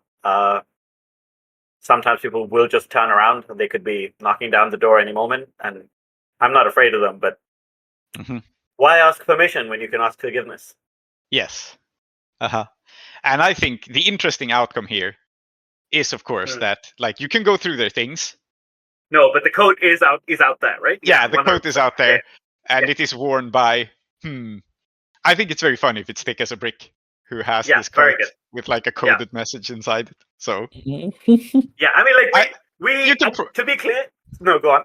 I think you can figure this out because she probably describes, his coat, and you remember what it looked like and so on, and you've seen thick as a brick wear it. Yeah, I mean, I think one of the reasons that I want to look through the rooms, even though I know it's not in there, is that like it's a measure of trust that I'm showing her, right? That I'm like willing to do this, and we'll look through it, and I think I will actually be like, I'm pretty sure Iskandaric doesn't have it, and the riffraff, whatever. Let's not search his room. So let's not search her room unless we have to. Yeah, she says. I think she says, it's a good coat. I can understand if they would be using it. Will they be back? They will. What state they'll be in, can't promise you. But, well, his killers are nothing but ruthless and interested in saving their own hides. So I don't think that they're gonna die out there. I think they'll come back, and they'll come back either with loot or with scars, and either way, we'll be waiting. Yeah, I think she nods. Would you like to ask her your second question now? You have one more. Yes. And my second question is having kind of done all this, I will say, I suppose, like, what I'm asking is, how are you vulnerable to me? But what I'm saying is, I hope you understand that it is not a small measure of trust that I have extended to you. Yeah. I think she says, she nods and she says, "Oh, I know. And I hope we can work together on this. I really do." And I think how she is vulnerable to you is precisely that she knows that she has to be totally honest with you. Yeah. I think Yeah. that, and so she will just say it, I think, and she says, the reason my brother gambled so freely was that there were directions to some kind of treasure sewn inside his coat. I believe it to be genuine. And I intend to find it. Fine. Let's get the code first. Figure out if there is any treasure. Then I can ask some people if they'd be willing to go with you. That is 3 days a week. Mhm. What you do Yeah. on your off time, I don't give a shit about. And you're not the same person out there that you are in here. I understand. And I appreciate you extending me this olive branch. And if I work here, well, I should be able to at least get a look at that. I sure hope you will. Yeah. All right. Add the Disco Gilgamesh as one of your employees. I love doing business with normal, sane people. Yes, you now have a treasure hunter with a murdered brother as one of your employees. Yeah. Nice that life is going well for one of us. That's pretty normal. Hey, Yeah. I did roll quite badly, which is why I sent Professor Fulminia after you. And if he dies, I'm going to be really sad. Yes. Yeah. Because All right. he's my best regular, and I will have lost him in session 1. Yeah. All right. I will need a new best regular. It's going to be my next project. Okay, yeah, go on. I think we'll cut away there to Tar Minotaur. Yeah. Mm-hmm. Tar Minotaur, you are on the floor, surrounded by people. The grace for you here is that they can't quite very quickly reload these weapons, I think. And so they will have to, I mean, you're still lying down, and they can definitely beat you with other implements on their persons. But, you know. Let's take a look at shrapnel guns. Yeah, 2 harm, close, messy reload for sure. Yeah. Mm-hmm. Okay, so I'm on the floor, getting bonked around in the armor. It's not fun. I'm going to have some visions of death, if I may. Okay, yeah. Have some visions of death. I missed. Oh, Jesus. Well, I guess we know what you see. Okay, what does it say on a miss? You foresee your own death and accordingly take -1 throughout the battle. Okay, so I think the vibe here is that Perfidelity has opened her mind to the psychic maelstrom, and you are not exactly doing that, but you see visions of death, right? And I think the interesting way to spin this, to add to not just you taking -1, is that not only do you see visions of death, but you see some snippet of this vision that Perfidelity had of Fennec actually exceeding you, of Fennec becoming in some way greater than you. Well, we can't have that. Well, but I can see them. They're down at the table right now or something, right? Yeah, they are. Okay, but I can see the guys. There are 4 people up above who are like at this moment, right? They are like stomping on you through your armor. One of them is like drawing a knife, trying to find a chink, etc. It's like it's because you are armored that they haven't been able to just kick you to death. Yeah, none of them have reloaded yet. Okay, well, it's just what it is. I'm going to draw my revolver, shoot 2 of them, take my machete out, start hacking at them as I stand up. At least that's the idea. Yeah. So when I do battle, I get to roll 2 pairs of dice, and then I get to assign them to keeping acting under fire and attacking people. Yes. Yeah, let's just do the standard do battle here. I was wondering if I should make it a move, but let's just do it. Yeah. Okay. Okay. So that's another miss, and that's an 11. Well, So you there's an add 11. something. You add something to them, right? You add. So one of them you'll take a -2 to, and the other one you'll take a +1 to, right?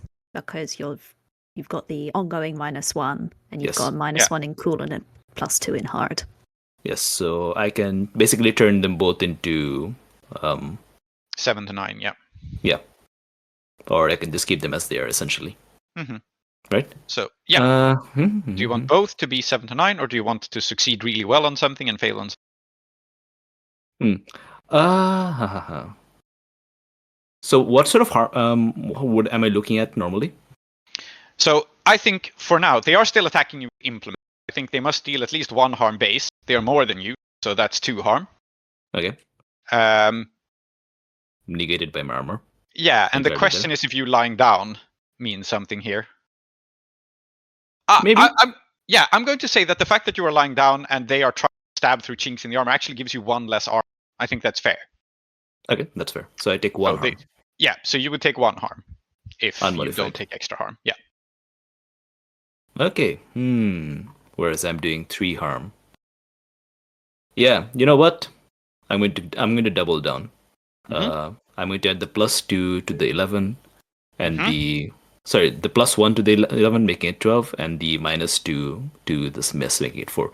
So I'm going to take I'm going to take terrible harm. So I'm going to take 2 harm. Yep, that's 2 harm after armor. Yep. Yeah. And I'm going to inflict terrible harm. Mhm.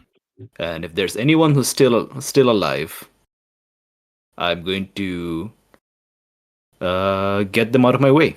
Okay, so how much is terrible harm before armor? So it's revolvers and machetes. That's both 3 harm. Okay, and The you're machete is inflicting terrible brutal, harm. which means it has to be the maximum amount of harm or something. But Yep. And you are dealing terrible harm, so you do 4. And they have armor, so 3 harm. Yeah, I think I'm not going to count the fact that they're more than you at the moment, because it just does not seem to fit. So they beat you up pretty badly. You do take 2 more harm. However, you do 3 harm to them, which isn't quite enough to kill all of them, but it's definitely enough to get all of them out of your way. So tell me how you kill one, wound another, and scare the other 2 off. Okay, so I think I shoot one in the face, as I said, and that I think gets them interested. Yep. And then I probably shoot at another one, and I miss, and that probably causes them flinch back, which gives me enough space to work with to get my machete out and kind of just cut one of their throats open. And by that time, I'm standing up, and there's probably one of them still there, and they probably take a run for it, and I'm probably a bit discombobulated, which is why this shot misses. Yeah, and so normally you would take the harm move here, but what I'm instead going to ask you to do, playing a little bit with the rules, is that I think you are trying something challenging in dashing across the room. So instead of taking the harm move, I'm just saying that the fact that you have been beaten up and are quite injured makes dashing across the room to get to Perfidelity actually challenging. Is it fair? Yeah. Okay, cool. And I took how much harm did I take? 2 harm, right? 2 harm total on top of the 2 you took, so you have 4 in total now, which is pretty bad. You are... Yeah, it's not good. I'm marking XP as well. I have to remember that. Well, not XP, advancement. So I have to, if I want to get at Fennec, Garibaldi, and my squire, I have to do something challenging. Yeah. Yep. Okay. And the challenging thing here is just to rush across the room, knocking aside a table while terribly injured. If you weren't injured, I don't think that would be any problem for you. Yeah, I'm gonna do it. So that's +1. Yeah. That's a 9. It's a 9. So, on a 7 to 9, ask the MC what it will cost you and decide for yourself whether to go through it. So, I think in this case, what it will cost you is... Yeah, I think the 2 people you didn't injure, one of them is critically injured, one of them is dead, but the 2 people you didn't injure, the cost here is that you will, tunnel vision, not see what they are doing at all. Okay. You can choose not to go through with it, I believe. Yeah.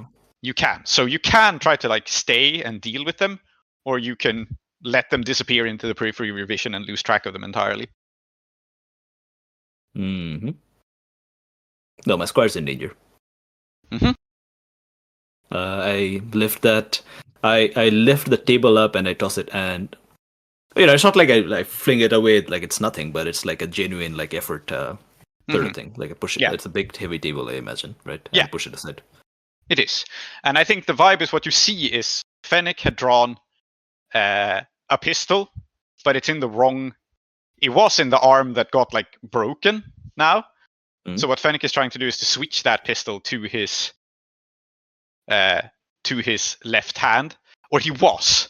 But I think as he sees you shove the table aside, he is no fool. Like, he realizes that somehow you are still alive, and that's terrifying. And so he's going to just, like, not withdraw the pistol, like, right, just drop it on the floor, and raise his hand and surrender.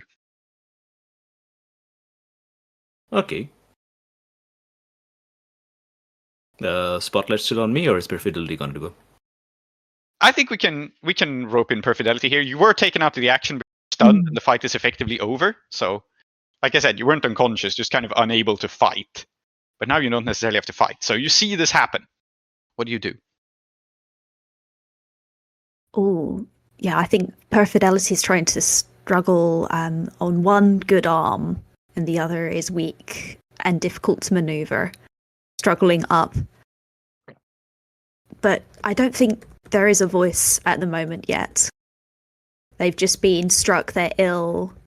I think they bend over and they vomit on, she vomits on, probably at Minotaur's feet. Yeah. Okay. So Minotaur, adding to the situation, your squire has been injured. This enemy is surrendering, sort of, at least not actively fighting back. Yeah. What do you do? I wanna look this person in the eye. Mm-hmm. I want to look them right in the eye, and I want to know if they're beaten or not. I'm going to read them. Okay. Go ahead. Is it a feint? Fair enough. Yeah. -1. Let's see. Mhm. Ooh, it's there a have been miss. so many misses too. Okay. Yeah. So ask one anyway. Okay. Be Which prepared for the is worst. read a person. Are you telling the truth? Yeah. So the vibe here is, I know exactly where this goes badly. So you see that Fennec is absolutely going like, yes, I surrender. There is nothing not genuine about this. Fennec has by now realized that maybe we can compromise. Maybe the work of Perfidelity isn't actually heretical and bad. Maybe the tower has chosen another person. Like, this is not exactly how I wanted it to go, but I'm fine with surrendering. We can talk about this. Okay. It is a genuine surrender. The reason why this goes wrong is that one of the two people you didn't keep track of is not surrendering and shoots you in the back. Ooh. Ow. So do I just take the damage? Yes. This is going well, guys. Yeah, So it's just one person, though. it is. So it's just the harm from one of these rifles. So it's... There's nothing. means So I it's just two harm. make. So you Yeah, just but make the harm move flat. Yeah. Yeah. Yeah. Let's see how it goes. Mhm. Do I take a -1 to this? Because I still, or is there a Oh, yeah. battle? I think it's fair. Yes, it's still a Yeah. battle. You still have visions of death. So actually it's 2d6 -1. Yeah, I think that's fair. Mm-hmm. So I can go. It's a 7. Okay. Could be worse. All right. At this point, it just could be worse. Yes, it absolutely could. So, when you suffer harm on a 7 to 9, you lose. You miss noticing something important. You lose your footing. You lose your grip on whatever you're holding. Okay, I'm gonna go with, just because I think this is interesting, and because it spotlights Perfidelity. I think you lose your footing. Again, you're just shot with a lot of force, so you're knocked forward. But the reason why losing your footing is bad is that you fall on Perfidelity. Ooh. I'm heavy. Yeah. How's And that going so- for you? Yeah, and so Perfidelity also takes 0 harm and make the harm move. Let's have these Incredible. chain into each other. Oh, That's a miss. That's I'm a heavy. miss. Yeah. sorry. Okay. So I think. It's like some 90 kilograms or something. Yeah. What makes sense here? Yeah. What the hell? Let's just have you take 1 harm armor piercing because you have a heavy armor person fall on you. Okay, Oh, then. no. Yeah. Yeah. More than 90 kilograms, in fact, if I think about all the weapons and so on. Yeah. Yeah. Okay, wow. And I That's think. probably a good 200 kilos. Yeah. Oh, wow, this- okay. This hurts. And I think another consequence of just this going badly, which I think just happens, is that the person who shoots you and then realizes you're still not dead, fucks off. Okay. Classic. But Fennec is surrendered, yeah? Yeah, Fennec is surrendered. The 2 surviving goons are escaping. And I think they are just automatically escaping because of this tangle of you falling over on top of Perfidelity. There's no one who can stop them. Okay. Then I think what happens is, with a sort of like soft grunt, Terminator Azdakush kind of like puts herself up on her knees and then holds Perfidelity grabs Perfidelity and kind of like drapes Perfidelity's arm over her shoulder and then stands themselves both up. Mm-hmm. Looks down at Finnick Garibaldi and then says, "Are you satisfied with the outcome of your negotiations?" I see that the tower has spoken. I must accept it. Mm-hmm. Yeah. Yeah. What was he said about the square thing? Or was it like an unspoken thing? Well, he said, then you must come back to the tower, and you are not a knight squire, then you are chosen. Mm-hmm. Yeah. So that's what he said. Yeah. I think I look at him and I say, "You have suggested that you have the authority to decide whether my squire is still my squire or not. You must revoke this statement." I cannot. It's not my word, it's the tower's. And I think he genuinely, fanatically believes in it. So there's kind of an unstoppable force meets immovable object. What he is telling you is, I don't say this, I'm saying it's destiny. I feel like it's been made clear which force is more unstoppable than which object. I'm just saying. Mm-hmm. Yeah. So I think I see this, and I do respect the cult of Saint Philomena. Mm-hmm. It's not my cult. Yeah. I think we'll have time to delve into the relationship with the knights and this cult later, but I respect it. Mm-hmm. So I think I just look at Perfidelity and say, "The choice of leaving my service or not is yours and mine, not his. Do you leave me now?" No, no, master. I'll stay with you. Please, can we just go home? And I look at Finnick again, and I say, "Are we at an impasse?" I will go to the tower. If you will come with me, it will decide. And there is treatment there for your wounds. She will decide, not you. Mr. Garibaldi, sir, I really appreciate the request for my presence, but I am very much over being told what I must do and what I have to do by the tower and the maelstrom as it stands. So I think I will be politely declining your invitation at this point, and perhaps maybe when I revisit, we can talk. Is this amenable? Or am I going to have to break the other's shoulder?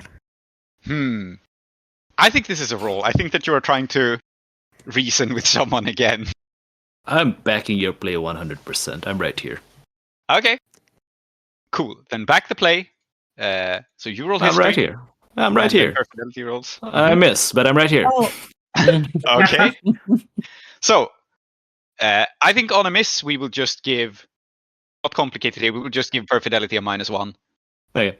Yeah, I don't think I'm reasoning. I think I'm confronting. And I've got a -2 to this, which makes that a nice -3. So okay, yeah. what's the chance of true. missing? It's true. You're confronting them. What were you saying about power gaming again? Mm-hmm. Yeah.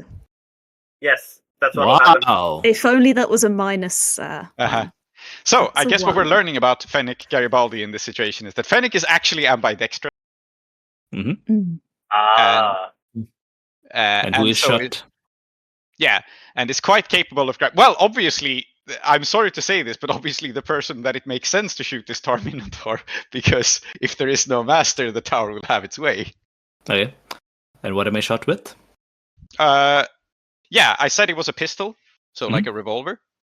Okay. That's one. So is it? So, do I see him going for it, or is a penalty to the miss? Do I just get shot? I think you see him going for it. Yeah. Okay. I think then you can do something. Okay, then I think we must shoot each other. Okay, sure. The consequence of this will be, like, you can tell me if you want to make this a play, if you want to make this a move. Otherwise, I think you just exchange harm. Like, I think that just happens. He has no way of avoiding it. So. Okay. Yep. You take whatever the harm is for a revolver, and he takes whatever. Well, you were also using, I guess. So. Yeah. Yeah. So you both take revolver harm. He dies. Okay. That's 3 harm in total. I have 2. So that means I am at. You are 1 harm away from death. Yeah. Let's make that harm move as well. Yeah. C'est incroyable. -1. Does this still count as the fight? Do I have my -1 on goal? Yes, I think so, because you had visions of your own death. So I miss. Okay, so what I think happens here, because this is interesting and this sets us up interestingly for next session, is that Fennec dies, and there are now corpses inside this house. And Tar Minotaur, you take this shot, and it is not that you are like shot and you are knocked out. You will be knocked unconscious and too weak to act or move, and you are bleeding out. So I'm taking you out of the action, and I'm taking you out of the action pretty much for the start of next session. So you are too weak to do much of anything. You are critically injured. You are hit with a bullet, and your life is in Perfidelity's hands. I'm okay with that. Yeah, so there's nothing you can do to save yourself. That is the consequence of this harm move going back poorly. All right. Yeah, I mean, so I'm on the 9-11. So if serious, you need medical attention to stabilize it, unstabilized, and more medical attention to heal it. So it'll get just worse by itself. Yep. And if it gets worse at this point, you die. So yeah. All right. So I will give you one last moment in the spotlight, Perfidelity, as this happens, as they shoot each other, as Fennec Garibaldi dies, and as your master collapses with a bullet wound. What do you do? What do I do indeed? Perfidelity puts a hand over her mouth, breathes in, breathes out, picks up the bodies and begins dragging them out, saving her master for last. And we walked here. There is no way that I'm going to be able to drag her body back. I think pulls out needle and thread and starts stitching. And I am not an angel. Yeah. So is it an act under fire to do this? I think I will leave this as a cliffhanger for next session, actually. Nice. I think this is, if you're both okay with it. Yeah, for sure. Salty, do remember, this guy had a 4-harm hunting rifle, and you should keep that. Yeah. Fuck the shrapnel. You only have 2 hands, and if you're using one of the hands to carry the hunting rifle, then the other hand may not be able to carry your master, but you know? Yeah, but the idea is to treat the injury here, and I think this is an interesting place to open next session on. Yeah. Sounds good to me. And lastly, let us cut back to Lady Iskandaric. Yes. Don't die. Okay, so we're doing a pincer movement on and Professor Fulminia. Yes. Yeah. And I think that you see this. So I think the vibe is you see this tower, and the Tower of Cubes it's partly collapsed and partly sunk into the earth, but it is made of old cubed cars in the very long time ago, like compressed scrap metal cubes. Yeah. They have been chained together, bolted together by whatever means. And this is an old structure that has been used for many things at many times, but it is now partly collapsed. And I think Fulminia is retreating from it. Like, he's not an idiot. He's not going to take you on all alone. Oh, no, you don't. Uh-huh. You bastard. Hey, he's a nice guy. He's just trying to do what's best for him and his family. Yeah. So, what do you do? I think we're faster than him. Okay. So now I think we can use the behind the wheel moves because I'm interested to see these. Yeah. So let's see how this move works. First of all, what is your vehicle's impulse? It's a fire danger and okay. So in this situation, I don't actually think that you are defying danger. So I think you're trying to rein your vehicle in. When you're behind the wheel and you rein your vehicle in, you're forcing it to deny its impulse and pursue some other impulse or goal instead. In this case, just to be fast, not to be dangerous. Because you're hunting down a fleeing guy. Say what you're making it do and roll hard. On a 10+, it obeys. On a 7 to 9, it exceeds but grudgingly. On a miss, it defies you. Hard. Oh, okay. This should be easy. Oh, it's a 7. Thank God. Okay. So it exceeds but grudgingly. It tries to find a balance between your goal and its defiance. Ask the MC what balance it finds and what happens. So the balance it finds here is that you are going to caught up with Professor Flaminia, but Professor Flaminia is a knight and not without resources. And so Professor Flaminia has, I want to say a snowmobile because that's sure. Go on, then. Yeah. And so the combination here is that Flaminia gets in his vehicle, is about to speed away, and the balance between your goal of catching up with Professor and its defiance of hurting someone is that you collide with the snowmobile. Excellent. Okay. Why not? Yeah. Like, it's a tricky situation. You can't quite see what he's doing. He jumps down out of sight. He starts up a vehicle. You try to take the corner and you just collide with him. Yeah. And so I think both of you fly off the vehicle.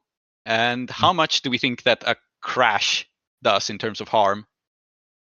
Let us just say that, it's a crash, but it's perhaps relatively benign. So let's say that both you and him take 2 harm, but it's armor piercing because it's a crash. Okay. Yeah. And of course, he is more badly hurt by this than you are. And you sort of have the initiative. You got to make. So you crash into him. Both of you are quite hurt. Both of you fall off your vehicles because they're vehicles you sit on. You don't generally remain sitting on them after you collide. And you sort of roll around in the snow behind the Tower of Cubes. And wind up more or less on top of each other. This kind of accidentally wrestling situation. Okay, if I have the initiative, I will try to incapacitate him by smacking him in the head with the butt of my rifle. Okay, sounds like you are doing battle as well. So roll 2d6 and then roll 2d6 again, and then pick which is defense and which is offense. Yeah. Okay, so that's 1-3. Okay. One thing goes badly, either your offense or your defense, and let's see about the other one. You sure these die aren't loaded? Mm-hmm. And a 110. Okay. Yeah.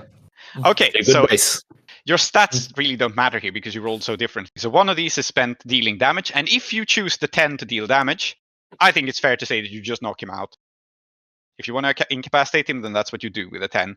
Well, I want him to be able to answer questions. Okay, so, pin him down, whatever you want to do. Yeah. With a 10+, you do it. I think that's a fair read of the attack. On the other hand, if you miss your defense, then you take terrible harm in the process.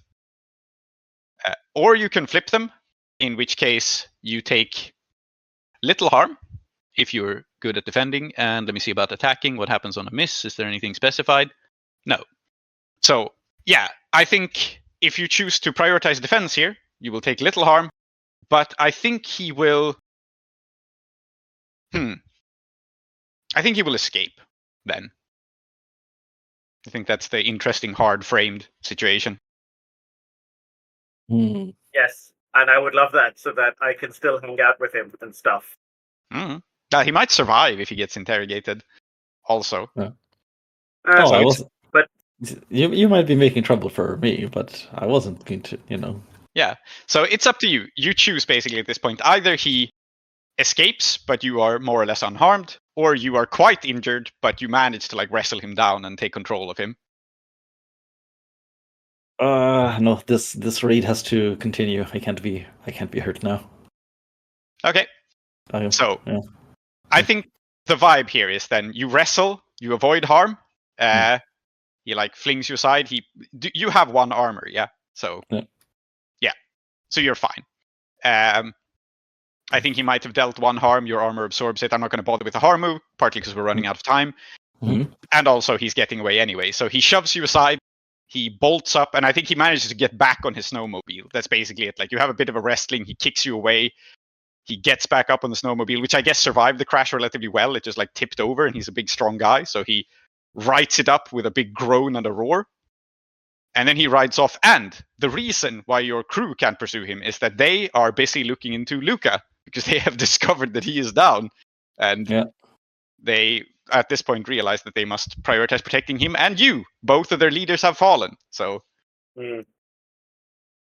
they... You know what they say about falling leaders? Yeah. So they gather up around you. And I think the last shot we see is Thick as a Brick pulling up on his 4-wheeler. Rolling off of it is his very elegant, nice fur coat. Mhm. Yeah, nothing And, suspicious about that. Yeah, and he looks down, like grabs your hand and pulls you up and goes like, so boss, what's the plan? And he Oh smiles my god, broadly. that was Thick as a Brick sounds Yes. Hmm. And I think that's where we will wrap the session, because we're out of time and it's a nice shot to end on. You've been listening to Desperate Attune Season 3, called No Anthem. I've been your host, Holly. With me have also been Zoheb, Aadiyat, Salty, and Tree. If you'd like to support our show, you can do so at patreon.com/desperateattune, which will give you access to our Discord and also give you access to our episodes 1 week early. If you'd prefer a one-time donation, you can do so at ko-fi.com/desperateattune, or you can buy our book Sunmirror at desperateattune.itch.io. The intro music is Steady Now by Waterflame, and the outro music is Ready Now, also by Waterflame. Our logo design is by Fahim, Anzoom, Rumman. Thank you for listening to Desperate Attune, and we hope to see you again next episode.